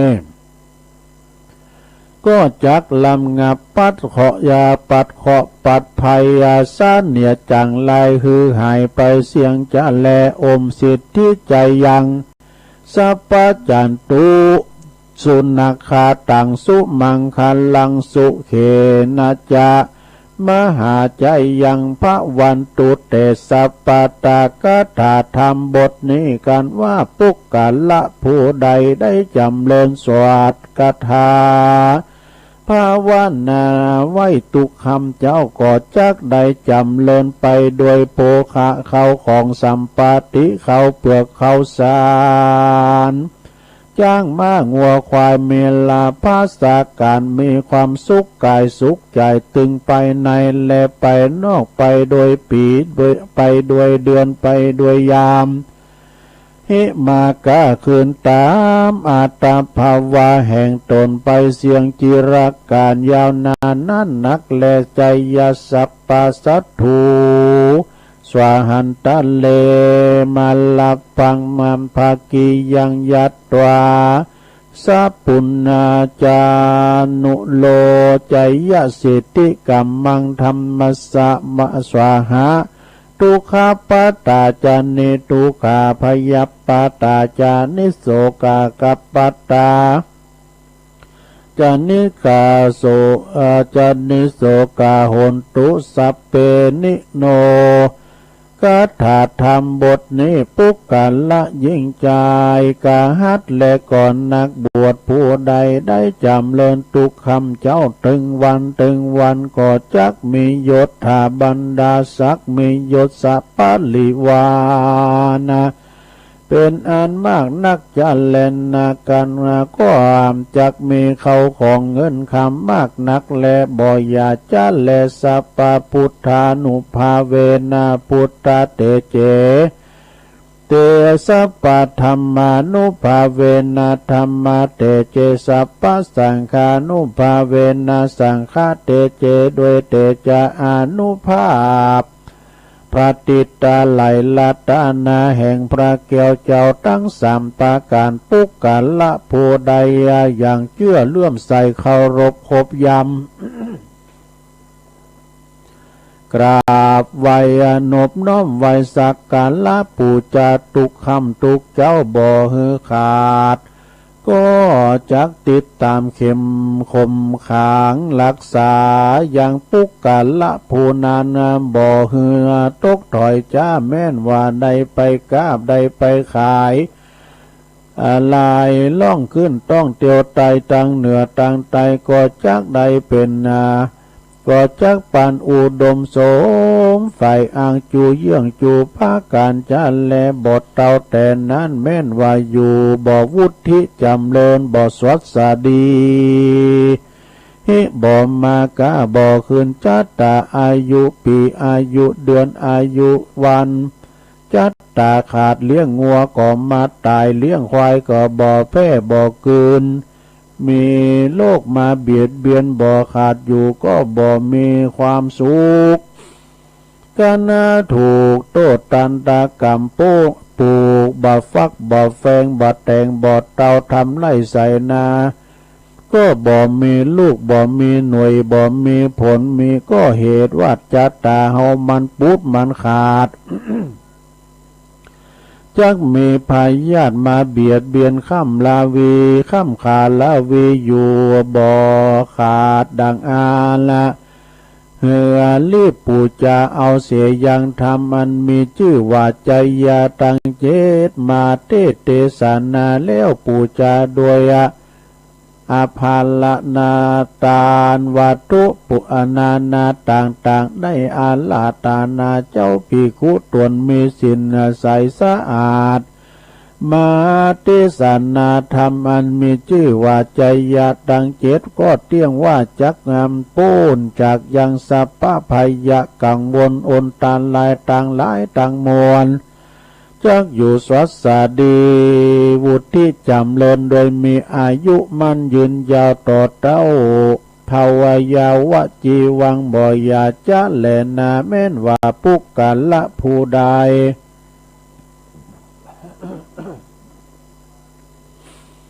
ได้เอาทำใจยาตังเจตนี้ไปเตสานาสังกาหะบานจองห่อเฮินดังอ่านละก็เตี้ยงว่าจักได้เป็นสิริมังกาละแก่เจ้าหอเจ้าเฮือนมีติคาอายุมั่นยืนยาวดังกล่าวมานี้บ่อยาจะแลนาและขียาอันกล่าวยังธรรมเทศนาอันมีชื่อว่าใจยาตังเจตก็บางโกมโสมเลสเดชแล้วเต่านี้ก่อนแลสาธุสาธุสาธุมันทำมันกล่อมนะทำยาวเนี่ยหลวงตัวหนังสือมันโหลงเนอะดังแตนเฮ้ยก็จบลงไปเนาะสถานเนาะใจยะตังเจ็ดก็ได้รับความเมตตาจากหลวงตามูลหลวงตามูลวัดหนองเจริญตำบลหนองปลาสวายหลวงตามูลบอกก็ฟังนะฟังแต่อันฟังงานต่างแต่เต็มเจ้าละไอ้ดูเนาะก็ฟังกันไปฟังธรรมผู้นี้เหมือนกับตุลุงได้สังกะหะปะปึกบ้านจองหอเฮินกูหอกูเฮินเนอสนิทจังไล่อะไรอาขาดนี้หายไกลแสนโยดแสนว่านำปลาสิ่งตีปินบังกะลาปินมงคลต่างนี้ไปต่อวันไปน่ะก็ขอคือเจ้าหอเจ้าเฮินลูกหลานตันเต่าครอบโคหมูเฮ็ดเป็ดไก่ตื้อมดขุ่มโหหอเฮินเอาอยู่เย็นเป็นสุขอายุหมันควันยืน มีอนาคตลุงรถแจ่มใสอยู่ก็ขอเหิมมีใจไปตันใดก็ขอเหิมมีโจกมีลาผ่าแป้ขาเซึกศัตรูหมู่ม่านตันหลายห่างไกลจากโควิดเนี่ยว่าเข้าไป เนาะอันนี้เขาจะไปประมาทนะอยู่กินอยู่ต้านกันไปใจในลงเนอเฮียนะได้เทศนาธรรมไปแล้วปกป้องคุ้มครองป้องกันเกี่ยวขาดปลอดภัยเนอะอยู่กินอยู่ต้านกันไปใจนะเจ็บป่วยเมื่อไข้ก็ขอมันหายกันหายก็ขอทุนเราไปพองนะเอาวิทยุปินกูปินกิมไปใจในลงเนอะอันนี้ก็ปินธรรมเทศนาเนาะสถาญาโยมทั้งหลายวันนี้ครบวงจรนะวันนี้นะวันนี้ครบวงจรดังนั้นสถาญาโยมทั้งหลายนะวันเสาร์เขาก็จะมีกิจกรรมแบบนี้เดี๋ยวนี้เอาไปไหนมันอยากแสนอยากเอาไปพอตั้งในโหในเวงตุลุงก็ไม่ได้ไปเก่านะเปิ้นไลน์มาคือพอลุงเอ้ยจะหมดแจงโฮลินอันจะแจง แจงเนี้ยเนี่ยต่างงานในเชียงใหม่นะคูเมืองนี่นะไปต่างงานประตูตาเปเนี่ยเปิ้นไปผอมปุ๊บเปิ้นอาเทมกันด้วยอย่างตัวปีหนุ่มเปิ้นบ้างพอนะ3-4 ปีตีแล้วปู้ตัวคุณในตัวป้อมซ่อนตีนป้อมไหลลง แล้วพร้อมเดี๋ยวนี้เปลงเรื่องนี่คุณเฮามันก็โกรธตายมันก็นว่าสัตว์สิ่งหิ่งห้อยเนาะแล้วก็โลกนี่นะมันเจาะจงมาทางมนุษย์นะพอแม่งูตัวควายหมูเฮ็ดเป็ดไก่มันพินสังดูมันก็ไม่ใช่ประมาทมันใส่แมสลูกเนาะ อันนี้มันเจาะจงมาที่มนุษย์โลกเมืองคุณเฮาแต่ฉะนั้นจะไปประมาทนะใส่แมสไว้เรียบร้อยความจริงมันเจ็ดโมนะสะดาใส่แมสนี่นะมันใส่หายใจฝืดด้วยได้ตัวลุงลักออกพิ้นเตือดังกว่าระหัดเต้นแล้วมาใส่แมสไทยในสู่ใจมันถึงต้อง แต่เขาจะไปประมาทนะลงเนอะเขาขอเล่ามันโลกนี่มันจะพอมันจะเพ่งเล็งหมอนนี้มันประมาทกูกะมันกลัวแหละด้วยเข้าหูดังมันก็ลอย มันจะไม่เข้าหูดังก็ปิดเด็กก็ขนาดว่าหมอปวดยังปิ่นเนี่ยนอสถานเนาะเนี่ยโลกนี้มันเข้าไผ่เอาไผ่นะมันโลกของคุณโรยนะของคุณโรยเดิมบนเนี่ยเขาไปเอาพับเอาบ้าเนาะไปเอาบอลเนี่ยคุณตุกอย่างเขาเนี่ยน้องไปมือเข้มไหนบันนอกบันหน้าเนี่ยมันเป็นโลกของคุณโรยเอามาโอดเอามาเปเอามาแพงเขาเนาะแล้วก็สถาญาโยมอันนี้มันเป็นโลกสากลจะคือตัวลงก็โลกสากลมันมีไปทุกประเทศนะบ้านเปิ้นเมืองเปิ้นก็มีอันมันเป็นโลกสากลมันขึ้นตั้งบินมาเนาะเปิ้นเฝ้าระวังกันนะลงเด้อบ้านนั้นเมืองนั้นมีหัน2-3 คนเปิ้นก็แพ้มันจะแพ้โลกเปิ้นก็เกิดเนี่ยข้างแรกปีแรกนี่อันเฮาชนะดูเฮาอยู่บ้านพักอยู่บ้านปลอดเชื้อนะเพราะว่าอยู่บ้านช่วยชาติเนาะมาแถมรอบ2อันนี้อสมชนะนะเนาะมารอบ3เดี๋ยวนี้กะมันติดเพราะรัฐมนตรีบ่นะเนาะก็มารอบ4นี่หายนะน่ะลงเด้อปลอดภัยไว้ก่อนมันต้องไปไหนนะสะสมมาไว้ มันก็อย่างว่านะอย่างพระครูวานะลงเนาะเกิดขึ้นตั้งอยู่ดับไปเพิ่นก็ฉีดวัคซีนกันนะวัคซีนนี่ป้องกันนะเฮาป้องกันดีแล้วว่าเฮามันติดแล้วมาแก้ไขยากเนาะสถานเนาะฉะนั้นก็ระมัดระวังไว้ไม่ต้องไปไหนเอาวิทยุปิ้นกูน่ะลงเด้ออยู่ไปฟังไป จะไปกูอย่างจนเกินเหตุจะไปตื่นตระหนกแล้วก็จะไปประมาทกาดจะไปตกเอาอันเจลล้างมือมันล้างมือแล้วก็แอลกอฮอล์ล้างมือนะก้าไหนกัน นั้นผมเชื่อหมอก็เขาล้างมือผมแอลกอฮอล์ล้างตั้งแต่คอลง ใส่ไปพุ่นมันจะชู้ดูของหอน่ะไอ้หนูมันจ่ออยู่คอหอยก็ใส่ไปในมันละหรือปุตโปลงกับพ่อมันสมใจหน่อยซะได้เนี่ยอันนี้ว่าปิ้งก้ามลิ่นมาได้นะสถาญาโยมก็มีนี่ทำก้ามละแต่ติ๊กวันเนี่ยวันนี้ก็มีรายการนะสถาเนี่ยมีรายการคือหมายความว่ามันได้อ่านนั้น รายการอย่างต่างๆบ่มีคือหมายความว่าวันนี้มันมีรายการอย่างต่างๆแต่ก็มีงานศพนี่ก็ยังไม่ได้มันต้องไป วันนี้ก็ว่าลุงวัดไปไหนมันก็มีงานเขาดำตัวแล้วก็งานก็มีอยู่ก็มีเป็นบางทีนะตีวัดดุงโลงเปิ้นก็มีอยู่แต่ว่าพอลงบัดว่าเปิ้นวัดเจ้าบ้านอยู่หออยู่เฮิรนปุ่นแล้วก็พระสงฆ์พื้นที่ก็อยู่วัดสวดมนต์แล้วก็เจริญพุทธมนต์สืบชะตารอบบ้านเอาเสียงตามสายน่ะเนาะเปิ้นจะเอาเสียงตามสายได้เป็นหมอกเลยนะ มันได้จุกันเด้อศรัทธาเด้อ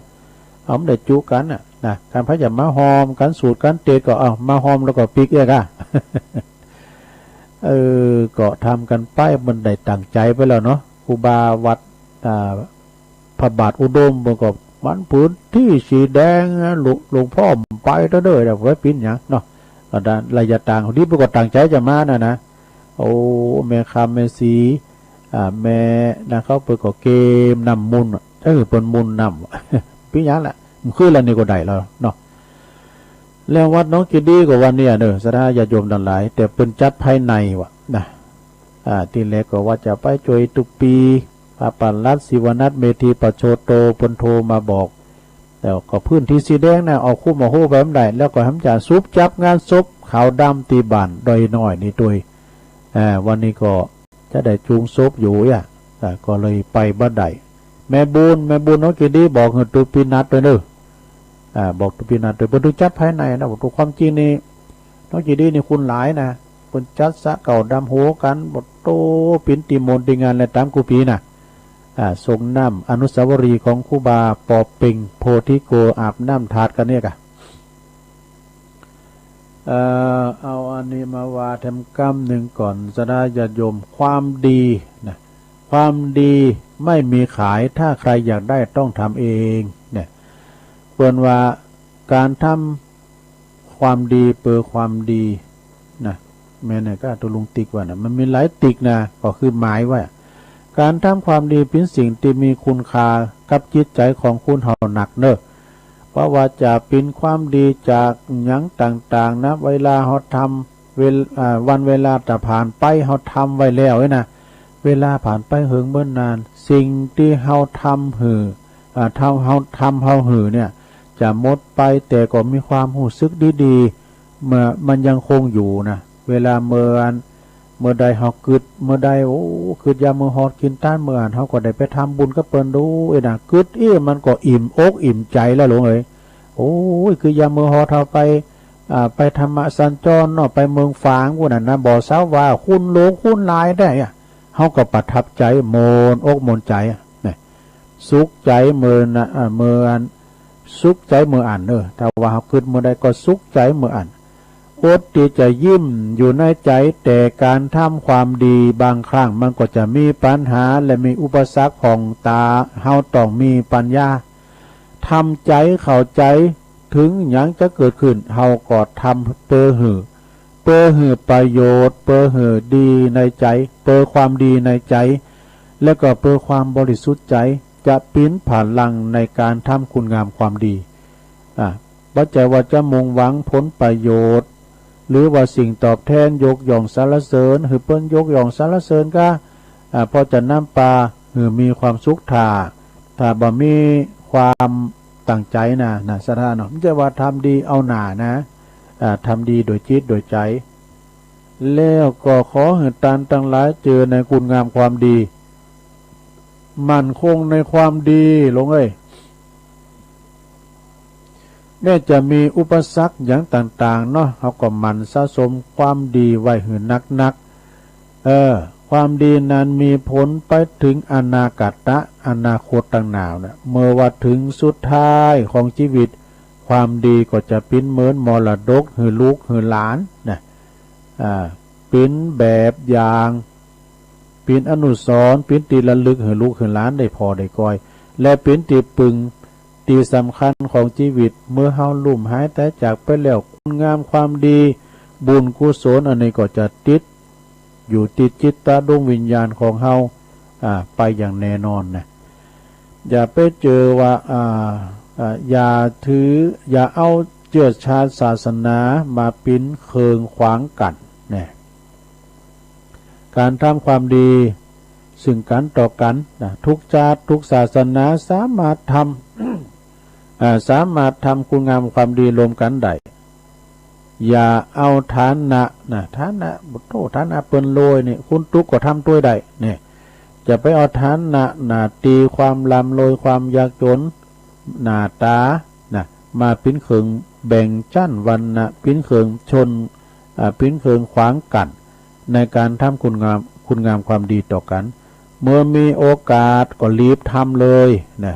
คุณงามความดีนี่นะเพราะความดีจะปิ้นเหมือนสิ่งศักดิ์สิทธิ์ปกป้องคุ้มครองหือเฮานะได้ผลปกป้องคุ้มครองเฮา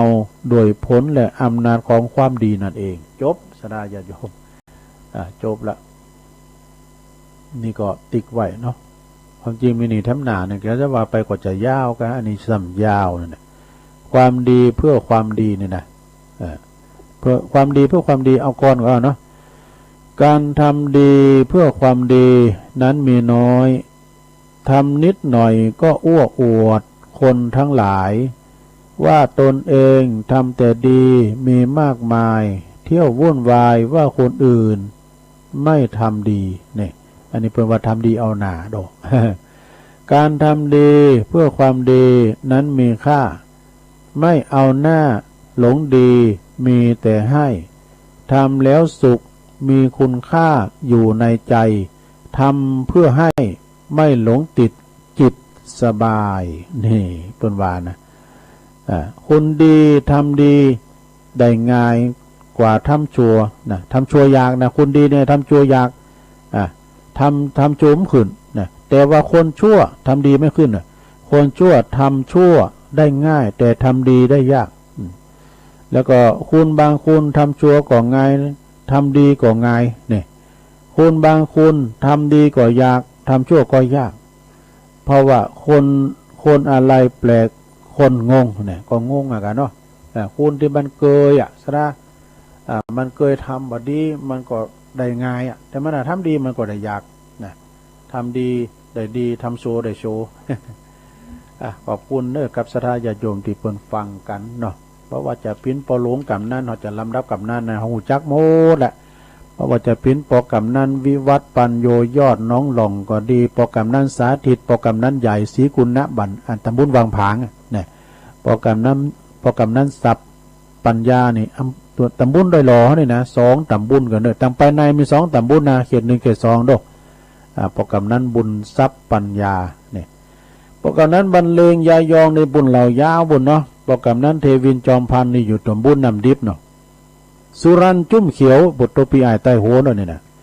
หยุดปุ่นตำบุญตาตุ่มนะบ้านน้องหมูปอกับนั้นดมนี่อยู่บ้านกอกเนาะจิตติแปลงทองกับนั้นอิด รับคุ้มติดตุนยางเนาะเดี๋ยวเปิ้นปิ้นอดีตกำนันบะ ปลงมงคลมูลชีพเนี่ยปลงโรยเนี่ยเปิ้นก็ฟังเฮาตะไลปงชัยก็ฟังอยู่นะหรือว่าตังปูนวันนี้จะได้ไปตานกะปกำนั้นลือชัยกันทาดงอันนี้อยู่ดุ้งโลงว่ะสุทินสุรินตะอันนี้ก็ปกำนั้นเก่าเฮาอยู่ปักตั้งเจริญอดีตกำนันตำบุญโดยหล่อเฮาเนี่ยเนาะเอาพี่อาตายหัวคุ้นเดิมก่อนเนี่ยคุ้นเคยกันแต่นะปกกันนั้นชาญตะบุญทงนี่บันกล่องซบท่าบุญนะ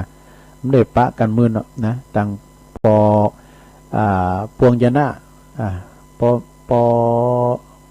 อย่างว่าพวงยานะหลายกับมุนนั้นนะปอคำเขาเนาะปอคำปอเจ้าเขานะปอคำเขาหลายกับแล้วก็ปกกำนันสันติสุขชัยวงศ์ปีไอไตโฮเขาอยู่น้องผาขาวนี่เนอะปีไอไตโฮเขาปกกำนันสันติสุขเพื่อก็ฟังนะฟังรายการตุลุงนะสินชัยปาน้อยผาเงือบสุดแดนแห่งป่าซาง อันนี้ก็เป็นปีไอไตโฮซกหนังเก่าเลยเนี่ยก่อนดูลูกวินลูกน้องเปิ้ลน่ะบทต้นหนังวิกด้วยก่อนบริการเมืองเหนือภาพยนตร์ทำการเสนอฉาย2 ทุ่มครึ่งคืนนี้ เพราะกำนันสินชัยนี่โคซกหนังเมืองเหนือเนาะหนังวิกหนังก่อนนะพุทธจัดฉายด้วยสำหรับในรอบค่ำเขาคืนวันนี้พบกันที่โรงภาพยนตร์เอาละอุปนัยก็มันก็จะมดเฝ้าแล้วตุลุงนะเปลี่ยนบรรยากาศได้ลงเนอะ จะเปลี่ยนบรรยากาศแล้วจะเปิดสายกันเนาะสดาเนาะเท่าดังกอดแตนนี่เปลี่ยนกันอู่กันเด้อลุงมดเฝ้าแล้วตัวลุงก็จะเปิดสายสดาจะยงโทรกันเข้ามามากำเดียวเดียว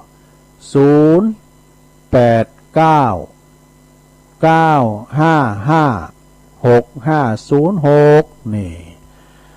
08995560506สายแหลกเข้ามาเจริญปอนเจ้าไหวตาเจ้าแม่น้อยเจ้าประเทศไทยเฮามีสมกับแดงมารูกันแดงเฮาแดงกันเจ้าสีเหลืองสีเขียวโควิด19บ่มีแล้วเจ้าสีเขียวฟังข่าวถึงวันก่อนหน้าว่าเสียวเพราะว่าบ่เดียวมันบ่ลดเจ้าเป็นพันอังกฤษโควิด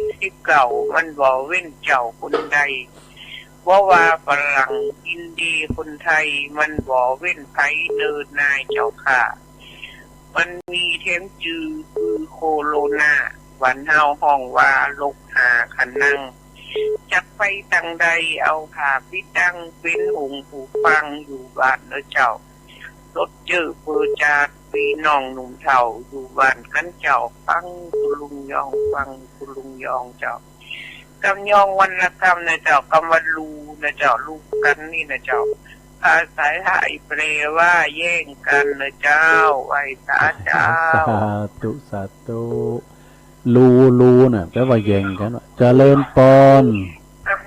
จะไม่สาดจ้าตุลุงแม่สีทอนน่ะเจ้าแม่สีทอนน้องโบชัยปราการเนาะเจ้าฟังชัดเจนเนาะดีครับเจ้าโอ้ฝนตกเหรอฝนตกหยุดแล้วเจ้ายังมีอยู่ฝนตกก็ซิๆมันก็ได้ตกหน่อยเนี่ยมันตกหลายมันยิ้มหลุดมาบับโกตกเอาอย่างโกมันเสียงตกขนาดขอบคุณในสีทอนสาธุ0899555656เอ้าโทรกันเข้ามาลงเนาะเปลี่ยนกันอู่กำเจริญปอนเจ้าเจ้าลุงจังแม่เจ้าโยมแม่บอกคำแม่โบคำเนาะแม่โบคำน้องหลอกจ้าวันนี้อยู่บ้านอยู่เสือเพื่อจ้าแม่น่ะชัดเจนเลยเนาะยินดีเนอะชัดเจนสาแม่โบคำตาจ้างน้องหลอกบานปุณกาไอ้ขจรพอใจเนี่ยขจรพอใจอันนี้ก็จุยอันนี้จิตอาสาเนอะเพิ่นขับรถไปส่งพระคุณเจ้าบิณฑบาตก้าเนี่ยขจรนะโคศกโดยเจริญปอนกลับไว้สาครับลุงโอ้มาแล้วพี่น้องเมืองฝางปอน้อยบุญปันครับผมวันเสาร์แล้ววันพวกลุงมาแล้วยีแล้วพวกพักกรรมเนาะพักเยอะโนคอนสุขภาพเด้อคุณลุงเด้อโควิดโควาเป็นห่วงคุณลุงนะแม่น่ะมันจะมาอ่านทำเลยเนาะพอเป็นแล้วมันสบายแล้วมันว่าคืนดีเหมือนเก่าแล้วนะแต่แกมันฝังตัวอยู่ในปอดนะเอาตุนตอนปุ่นตอนเฮาอ่านจ่ายคุณลุงเด้อเป็นกำลังใจเด้อขอบคุณเด้อสาธุก็น้อยบุญปันนี่เปิ้นเล่งเป็ดแล้วมีหลายอย่างนะโตเปิ้นไฮโซนยังเปิ้นก็มีเจริญปอนไอ้ตาตุ้งยังไม่อุ้ยดื้อฟังอยู่เน้อไม่อุ้ยอินเนาะเจ้าฟังตัวลูกเนี่ยมันมนนะตัวลูกเอ้ยยอมกับอื่นเนี่ยมันอูกันมนเนาะไม่อุ้ยไปดื้อฟังตัวลูกมันไปยอมฟังมนแต่ก็ต่อใจดีต่อตัวลูกฟังปาติ๊กอ๋อเป็นกำลังใจตัวลูกเน้อฟังกูวันพัดสุกเสาเนาะโอ้จำได้ดีรู้อีกาพัดสุกเสาดีอยู่นะดีละโอ้อุ้ยอินอายุ80 ปีแล้วเนาะดีเนอะอยู่คนเดียวนะอยู่คนเดียวลูกหลานมันอยู่ไปสักคนโอ้เอาวิดีโอเป็นกูนะลงเด้อเอาวิดีโอเป็นกูฟังมาทุกคืนกูเจ้าเนาะดีแล้วนะไปวัดนะนะยินดีนะลงเด้อสแตนบาย2เนี่ยนะ สองวัดไฟหินหรือว่าเมวางมอนเมวางก็อย่าเปิดถึงเปิดหรอกเนาะฟังไปหมุนไหนจับหันก็ฟังเจริญปอนไหว้สาเจ้าจะลุงอ๋อแม่พินนะเจ้าฟังแต่เจ้าแล้วแน่เจ้าโอ้แม่พินป่าเดชลูกเจ้ามันก็รู้ได้ป่าเดช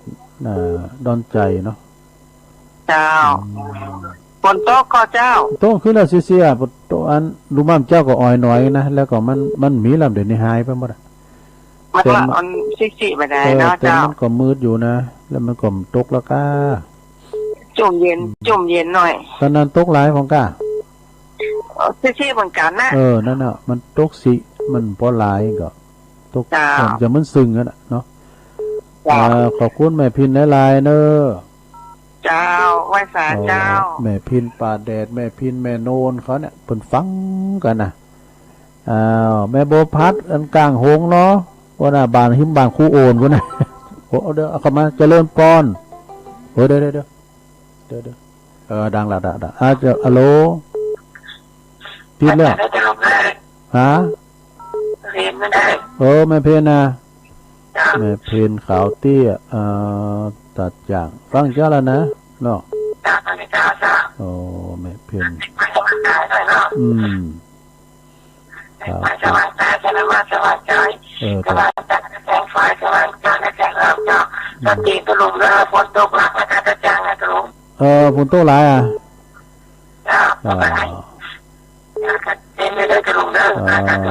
ขอบคุณเนอะ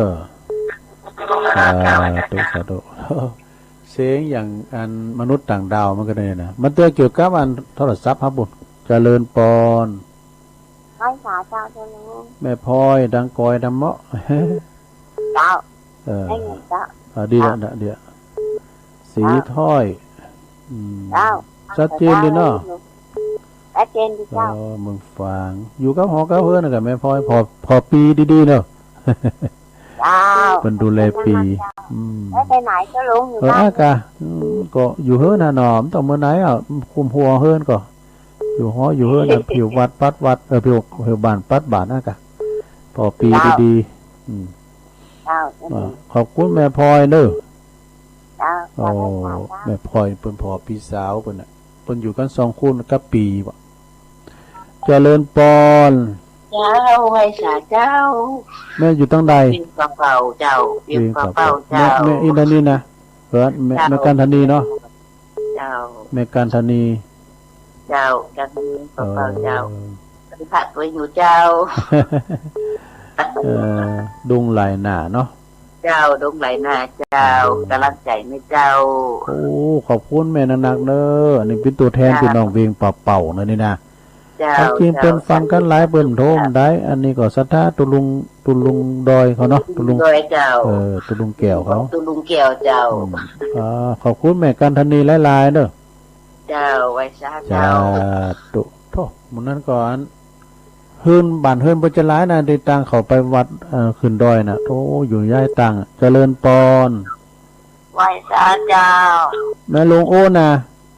เจ้าแม่อวนกิติลังกาแม่อ้นเจ้าละเนอตื่นเจ้ามันก็ได้ยินเพลงอยู่ก้าได้ยินเพลงเก่าอ่ะได้มันจะ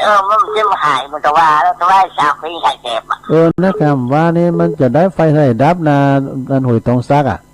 จุนจบรายการนะด้วยเพลงอาจารย์พระครูออกเตียนจะดีอ่ะว่าในสุดรายการเลยกับได้ยินโอ้เขาก็ตั้งใจจะดีนี่ส่วนไต่นี่มันได้ยินในการเปิดฟังทางอินเทอร์เน็ตฟังทางแอปของอ้อนี่ได้ยินกันได้ยินเด็กฟังไปอันนี้สุดพูดเลยหลอกไปจนที่พอต้องพอดมก็ได้ไม่วางครับเนาะไหลไปมูลไปการล้านลาบมีก็ไปพวกไปล้านสา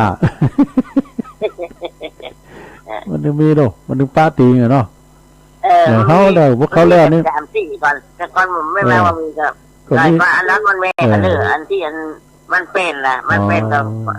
บก้อยกันด้วยมีหันปีเนี่ยก็เขาไปตานเตนทางเมืองนานเมื่อกับโบโตปากูสุเมธหารนะปุ่นไปดิ๊กบดละกายล้านลาไปกายล้านสาไปเขาบอกพี่ว่าอ่านชื่อ เกินหน้าเนี่ยหวายนี่ไปเจออาหารจีนรับคุ้มเลยสาคุ้มก็มีผ่านไปโลเนาะไม่ได้ไปเจออาหารจีนยินดีหลวงอ้นเลยหลวงอ้นเจ้าว่าสาเจ้าแม่หลวงอ้วนบท80 เก่าแล้วก็หลวงอ้นนี่นะสิงเหนือเสือไต่ไม่สาเจ้าแม่สมผัสอ่ะเจ้าแม่สมผัสเจ้าเลยนะเจ้าดีกะแม่ย่อยสังต้มหน่อยเดียวต้มเพราะหลายอ่อยแซ่ๆนะกะมันโต๊ะนะกะเดี๋ยวนี้มีละย่างละนะกะอยู่บ้านเดียวกับมันแม่แสงเอ่ยกะแม่อยู่บ้านเดียวกับแม่แสงเอ่ยชุติวงศ์อ่ะเจ้าบ้านเดียวกันนะเจ้าบ้านใต้มันนะแล้วเจ้ากับพระเจริญเราไปแต่ดาครัวติดอะไรอย่างก็ดาครัวนะ4คือพ่อนาน74เนี่ยเป็นนาน74นะเป็นนานอินสมอ่ะเจ้าก็ไปเนี่ยกระดาเป็นนานอินสมนี่แต่เป็นโคศกเวนตรงเวนตามได้หมดตวงถอน5กับตวง94ขันตั้งเนี่ยพ่อค่อยได้ครับดีกันได้ถามเป็นนั้นจะลูนโดยตำปุนนะไปตำปุนถึงป่าขอบคุณแม่สมพัฒน์เนอเปิ่นเพื่อตั้งปอคูโอนด้วยเนอว่าเปิ่นโทรมาลังไม่ฟังอยู่เนอปอคูมได้ไปไหนและตู้ลุงยองเจริญปอนใบสาธุลุงโอ้ปอเล่งไก่น้ำปิงมาแล้วปอบุญตันฟังแล้วมันตื่นเจ้าลุงน่ะตื่นเจ้าได้กะเนาะมันตื่นเจ้าแต่มันตื่นมาตื่นไก่ลูกอ่ะตื่นนี่อันมันมาหลับมันตื่นงานหูจังรับจังนอนแต่เฮานี่รับละโมนำคือแล้วนะโอ้รับดีเอาฟังเพื่อก็ม่วนเหมือนกันนะนี่มันมีสปะเนาะขอบคุณป้าบุญตันหลายๆเนอะจะดีสังยอดเพิ่นโทรไม่ก็ดีใจแล้วบุญตันมาแล้วบุญปันมาแล้วยังบุญมียังบุญธรรมเจริญปอนเจ้าแม่บัวเย็นนะไม่เย็นเนาะไม่เย็นปีนตาอุ่นตัวแทนพี่น้องบ้านร่องคือกวาวมาแล้วอันนี้ยังเล่นฮะมันอ่อยหน่อยเดียวไหมอ่อยหน่อยเดียวอ่อยเพราะไรอันนี้ก็ซีแล้วเดี๋ยวนี้มีละจะพูดตรงไรก็อ่อนหน่อยเดียวดีกว่ายินดีนะแม่เด้อโอ้สาธุวันทุกวันบอกไม่ลงขอโทษมาฟังกันเด้อไม่ลงโอ้ลังลอกข้อความเพิ่นก็ฟังก็จะหลายนะเนาะเจริญปอนไว้สาจ้าคุณลุงนี่ตั้งใดจ้ะแม่จ่ายเจ้าโอ้นี่แม่ใจแม่ใจน้ำลัดหายหน้าหายตาไปมือเนี่ยพอจะลืมเสียงไปแล้วนี่จ้ากดเนี่ยว่านี่ก็ไม่ได้ยินอะไรกันให้แม่ใจว่านี่ไม่ได้ยินอะไรเนาะขึ้นเจ้าว่าเพราะว่าอันโทรศัพท์วิทยุบนดักนำหลัดพอ10,000โปรแกรมนั่นก็สบายดีเนาะดีกันโปรแกรมนั่นมันก็สบายอยู่ดีนะเจ้าเป็นโรคหัวใจโตจ้าก็พี่ยังแหละกินยาไปเนาะแล้วไปไม่เข้าโรงพยาบาลจ้าบ้านยังใหม่โรงพยาบาลจำต้องเดี๋ยวนี้ดีขึ้นแล้วดีแล้วบุญหักษากำจูเนออายุหมันยืนยาวเนาะสาธุนะคะสาธุโซนไตก็มีหลายกะแม่โบคีเขาแม่เหลียวเขาหมูตั้งคงเป้าเนี่ยไปตังปุนโดน้องป๋าสวายปุนแฮมแล้วก็อันตังลุงหัดนากับแม่อุ้ยลาเนาะอุ้ยลาวงสายะเขาแม่มนเขาแม่แดงเต็นดอกไม้เจริญปอนโหลืมไปสุมาเด้อเจริญปอนไหวซาตะลูโอ้แม่บุญศรีสร้างเล็ง โอ้อีดูบ้านอีดูเมืองเนาะคุณลุงเนาะโอ้เด็ดๆแม่เอ้ยมันเคยหูเคยปะได้ไปทางใดก็ตืดดังกันอันใจเป็นมนต์ไปสิงคุณลุงเนาะยี่สิบเนี่ยคนนั้นเนาะโอ้ลูกเฮานี่มันเป็นอย่างไรลำเป็นตัวมันยังปีนี้มันมาได้มันก็หายไปปีใหม่ปีแล้วตุยังไหนปันป้อนมาปีใหม่ปีนี้นี่เอาไปจุไปจำกันปันทีเดียวกันเลยไอ้มีก๊อกน้ำก๊อกไส้ก็ไปเอาลัง10 โมงแล้วตัวลุงเอ้ยนะครับเป็นอย่างไรเดี๋ยวเนี่ยตัวลุงมันเขาต้องป้องกันตัวเก่าเขาเนาะมันนี่อย่างที่ลุงว่านะลุงเมื่อวานเล็กแรงใส่เม็ดปั้นมุดปัดสีมันตึงการไพ่มันตึดปากตึดหูดานนี่ก็ก็อันพี่คุ้นเปะก็ไปเขาล้านไปกับมือเขาเนี่ยนี่หนูจุ่มลุงกันปากันไหวซาเนอะสวดมนต์ทุกทิศถ้าญาติโยมเอาไม่เนาะมาทำมาขึ้นไหวซาเขาก็ล้างมนต์กินมนต์ตาเนี่ยได้ตี30เนี่ยไปปะกันทำแล้วกะแม่หนูจุ่มลุงไหวซาสวดมนต์เอาจุ่มลุงนั่นน่ะกะเฮ้ยอย่างได้กับลูกหลังซึ่งมักได้แล้วจะลุงเนาะถึงโลกสากลมันมีกูประเทศน่ะอย่างตุลุงวานะแม่เนาะก่อนเป็นบางเปิ้นซ้ำตายกันเบื่อๆบ้านเฮายังดีอยู่เนาะเจ้า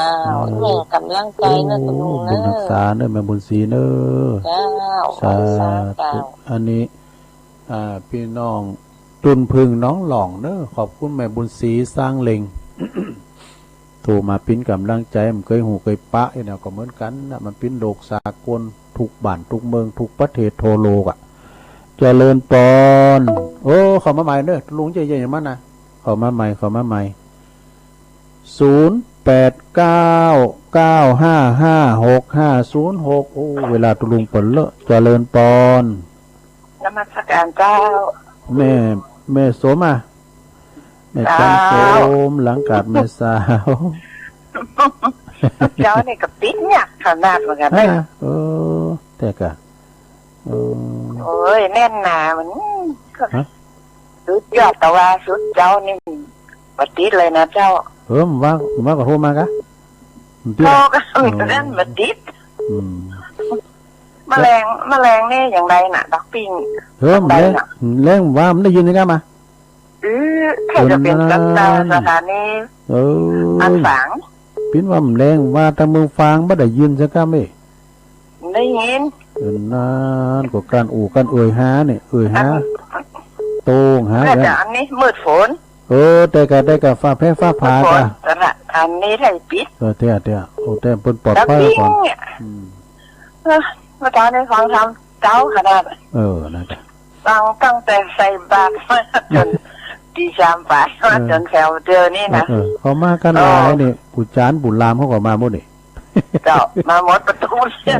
นายกก็มาพอกำนันก็มาพอก็มาพอหลวงก็จี้ตื้นเนี่ยฮะตื้อลุงเสียงก็เหมือนแต่เหมือนว่าเฮ้ยใครเคยไปเนาะมันจะเอาเพราะว่าเอาคำน้ำคำทำมาหลินว่าในตัวเพื่อวายที่เขาก็ว่าอันนั้นได้เนาะแต่เขาว่าอันนั้นก็เป็นของแท้ในโมนมายางพันเตก็ของแท้เพราะว่าเขาเอาคำทำมาหลินบางทียังไม่ได้อย่างอี้เลยคนนั้นเนาะเขาไปวัดอื่นนะบางทีไม่ได้อย่างอี้อันนี้บรรทวนความจำด้วยเนาะทวนความจำเดี๋ยวผมจะไปวัดมือไหน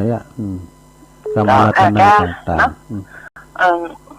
ให้กำลังใจนะเจ้าขอบคุณแม่จันสมเนอแม่จันสมนมัสการเจ้ามานี่จักรู้หลังกัดแม่สาวเป็นพยายามกดมานะเจริญปอนเจ้าเจ้าโอ้แม่ปานีกูกันมาเลยมอเจ้าอันลูกเจ้าปันเจ้าแน่ๆนะลูกยาเตียนนะเจ้าดีกะดีละมานี่จอนเมื่อเช้านี้เนาะเป็นแรงถอดเป็นฝนเป็นลมเนี่ยนะแม่น่ะมอแมวไม่มาแล้วมาจากเสร็จไปสายว่าเป็นกำลังใจคุณลุงจะมอบปีใหม่ได้เนาะน่ะกะเจ้าสวัสดีปีใหม่นะเจ้าโอ้เหมือนกันเนอะสวัสดีปีใหม่โดยสาธุแม่ปราณีมณีจรมอแม่เมาขี้เล็กฟ้ากำลังใจพระตังแม่บุญยวงแม่น้อยแซ่พันธุ์พูดด้วยเนอะ แม่จันสมพันธ์สมบัติปุ่นตัวนะเจริญปอนไหว้สาเจ้าตุลุงแม่แดงอะเจ้าโอ้แม่แดงแม่กล้าทำแล้วดูนะสระเปาบนลำนะแม่แดงรัตนาน่ะกะถ้าได้ไปทางนั้นจะได้ไปถวายเจ้าน่ะกะเจ้าฟังแต่เจ้าแล้วเนี่ยมันกดปฏิวันนี้สายนักเนาะน่ะกะเอาอย่างตุลุงว่านะกันเนาะมันมาได้ประกอบไปได้เนาะประเมินประกอบผ่านกันด้วยดีแล้วเนาะถูกแล้วเนาะเฮาก็ป้องกันเฮานั่นน่ะเฮาก็ปิ้นตัวเฮาไว้มันบัดนี้เราอ่อนขึ้นไปอยู่ตัวบันไดเหมือนได้ขายของแล้วไปเฝ้าบันไดอยู่ห่างๆอยู่ไกลๆอยู่ระยะห่างอะเนาะเจ้าลูกค้าถามยายนี่นายแม่มีนายพวกนี้เราบอกเราไม่ได้ไปพอเขาห้องเนาะอ่ะกะเจ้าไว้ตาเนอขอบคุณเนอแม่แดงรัตนาแม่แดงนี่เปิ้นปิ้นแม่กาเนาะเปิ้นมอบหนังสือมาได้ปวดวัตถุดิบตุลุงกะผู้ตะโค่นขวาทำกรรมนะวัตถุกรรมบักเก่าเจริญปอนกราบนมัสการครับผมอาจารย์นิพนธ์มาแล้วคนโคราชครับอันนี้เอาวันโควิดมาทำให้เราพลาดหวังหลายอย่างเนาะครับน้องน่ากะโรคโควิดพิษโลคาพากำสดแสนลันทดวาสนาพาพบเห็นที่ตั้งใจได้พบหน้าพาลำเค็นไม่ได้เห็นกันอีกปีแล้วสิเราช่างมันเตอะเวลาเยอะเจอกันแน่อย่ายอมแพ้เรื่องโลคาอย่าพาเศร้าถ้ามีใจในกุศลโปรดทนเอาไม่นานเราได้เจอกันอย่าผันแปรโปรดดูแลแผ่ป้องกันอันโรคร้ายโยมหญิงชายศรัทธาด้วยช่วยแยแสเรื่องสะอาดความใกล้ชิดใส่ตาแลอย่ามัวแต่ทำหน้าเศร้าทำเหงาใจฟังธรรมะพระคุณเจ้าเช้าดีกว่าตุยองมาพาหายทุกข์สุขสดใสอีกพระครูท่านยันยงช่วยส่งไป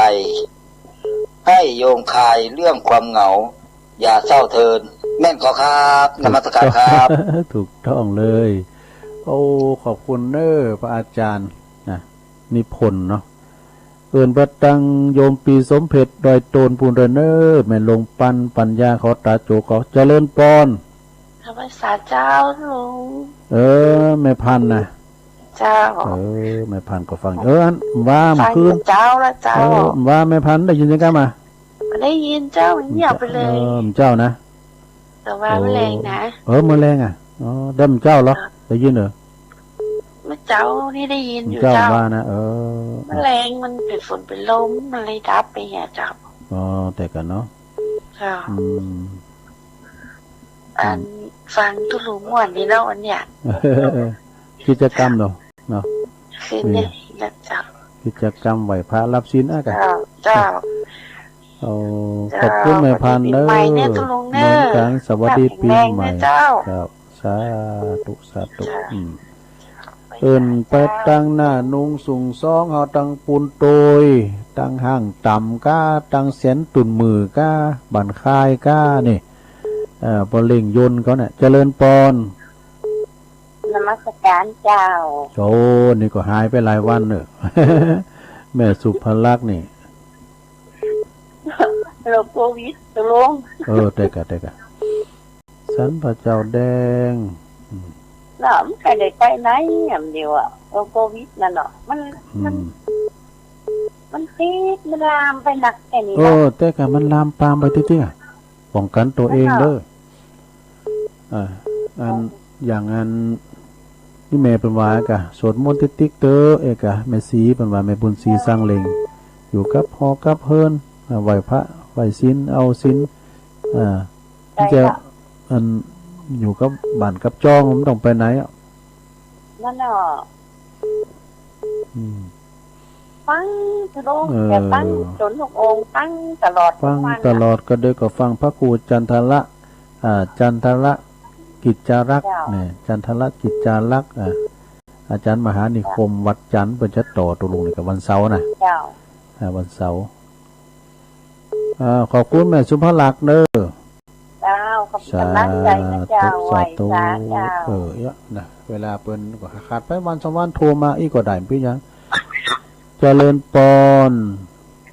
สาธุกราบนมัสการเจ้าท่านอาจารย์แม่อินทนินเนาะเจ้าแม่อินทนินอยู่แม่สิงน้อยเจ้าโอ้แต่ว่าโทรหาท่านโทรติดรุดเอาไปมาเป็นฝนเป็นลมฟ้าห้องบัง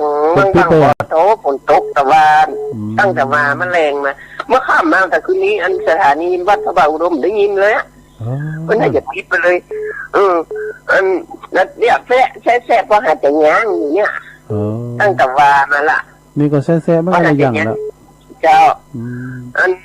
นี่ว่าโทรหาท่านนะโทรหาให้กำลังใจเจ้าโอ้ว่าอันไปทำบุญแต่ว่านี่ม่วนอกม่วนใจโอ้ท่านอันเป็นก็ทำบุญเหมือนอย่างตะกอนนะอันวัดบ้านเฮานี่นะมันไม่มาพระวิเวกนี่นะเจ้าก็อันไปตานของเจดีย์ทรายอย่างวันก่อนแต่ว่านี่ก็ไปแปลงบ้านแปลงยังเป็นสวดมนต์ไล่สปาโอ้ยินดูท่านพระครูสวดจนประมาณเสียงก็จะมามีฮะโอ้ก็จะแล้วพอจะเตี้ยงดีกว่าพอจะเลยเพลนอ่ะเป็นลายดูเพื่อนแล้วอย่างนี้เพื่อส่งน้ำผ้าแล้วก็ส่งน้ำเน้นอย่างกันเรียบร้อยโอ้เพื่อมาหมูท่านได้ฉันเพลมาแต่ว่าก็ม้วนนะเพื่อมาถึงว่ากับเตี้ยงปลายละแล้วก็มาฟังท่านเนี่ยแต่ตีว่าแต่ว่าจะโทรหาโทรตอนแรกละโทรติดรุดเอาไปนะมันกันนั้นมันฟ้าห้องฟ้าแม่ฟ้าทางบ้างพอโทรบัดได้เลยปิดเครื่องไปเลยบัดได้เริ่มสถานีนี้ก็เมื่อข้ามก็มาได้ตัดไปเหี้ยแต่กำลังใจนะเจ้าฟังท่านอยู่นะเจ้าสาธุกับนมัสการปีใหม่ขอท่านสุขภาพแข็งแรงนะเจ้าทุกตนทุกองค์นะเจ้าสาธุไว้สาเจ้าแม่อินทนินก็เหมือนกันนะสุขภาพสมบูรณ์แข็งแรงเนาะเอาทั้งสายหนึ่งเนาะ0899555606พ่อหลวงสมบัติไววางเน้อพ่อหลวงสมบัติไววาง6 โมงเจริญปอนเจ้าว่าสัจจะตะลุงโอ้โธ่ลูกหลานโคหอมไม่เสียว่ะแม่สุทัศน์ดีโมวันนี้มีกิจกรรมแต่ว่าจัดเมื่อเช้าโอ้ดีกว่าเรียบร้อยหมดถึง8 โมงไปนี่ก็ว่าก็เอาตัวน้อยไปเตี้ยทำดีใจบานนี่แหละว่านะวันนี้ก็คือมีแต่ว่ามันเสียที่มันน่ากลัวแต่งบ้านที่นี่เพื่อนเอาวันเดียวนะนี่นะแล้วก็ว่านี่ก็เพื่อนเอาในบ้านนะกันวัดแต่นี่ก็มีวันพยาวันนั่นวันนี้วันนี้ก็วิ่งปักเดินเปิ้นก็เอา2 วันแทดกันอย่าไปอายอันจอมอยู่เปิ้นก็มละอันเก่าก็มละอันเก่าอันใหม่ก็มละแกจ้าก็เหมือนเดิมนั่นแหละแล้วมันย่อเวลาเข้าไปนะแม่น่ะยินดีเนอะเวลาจบพอดีแม่เอ้ยโอ้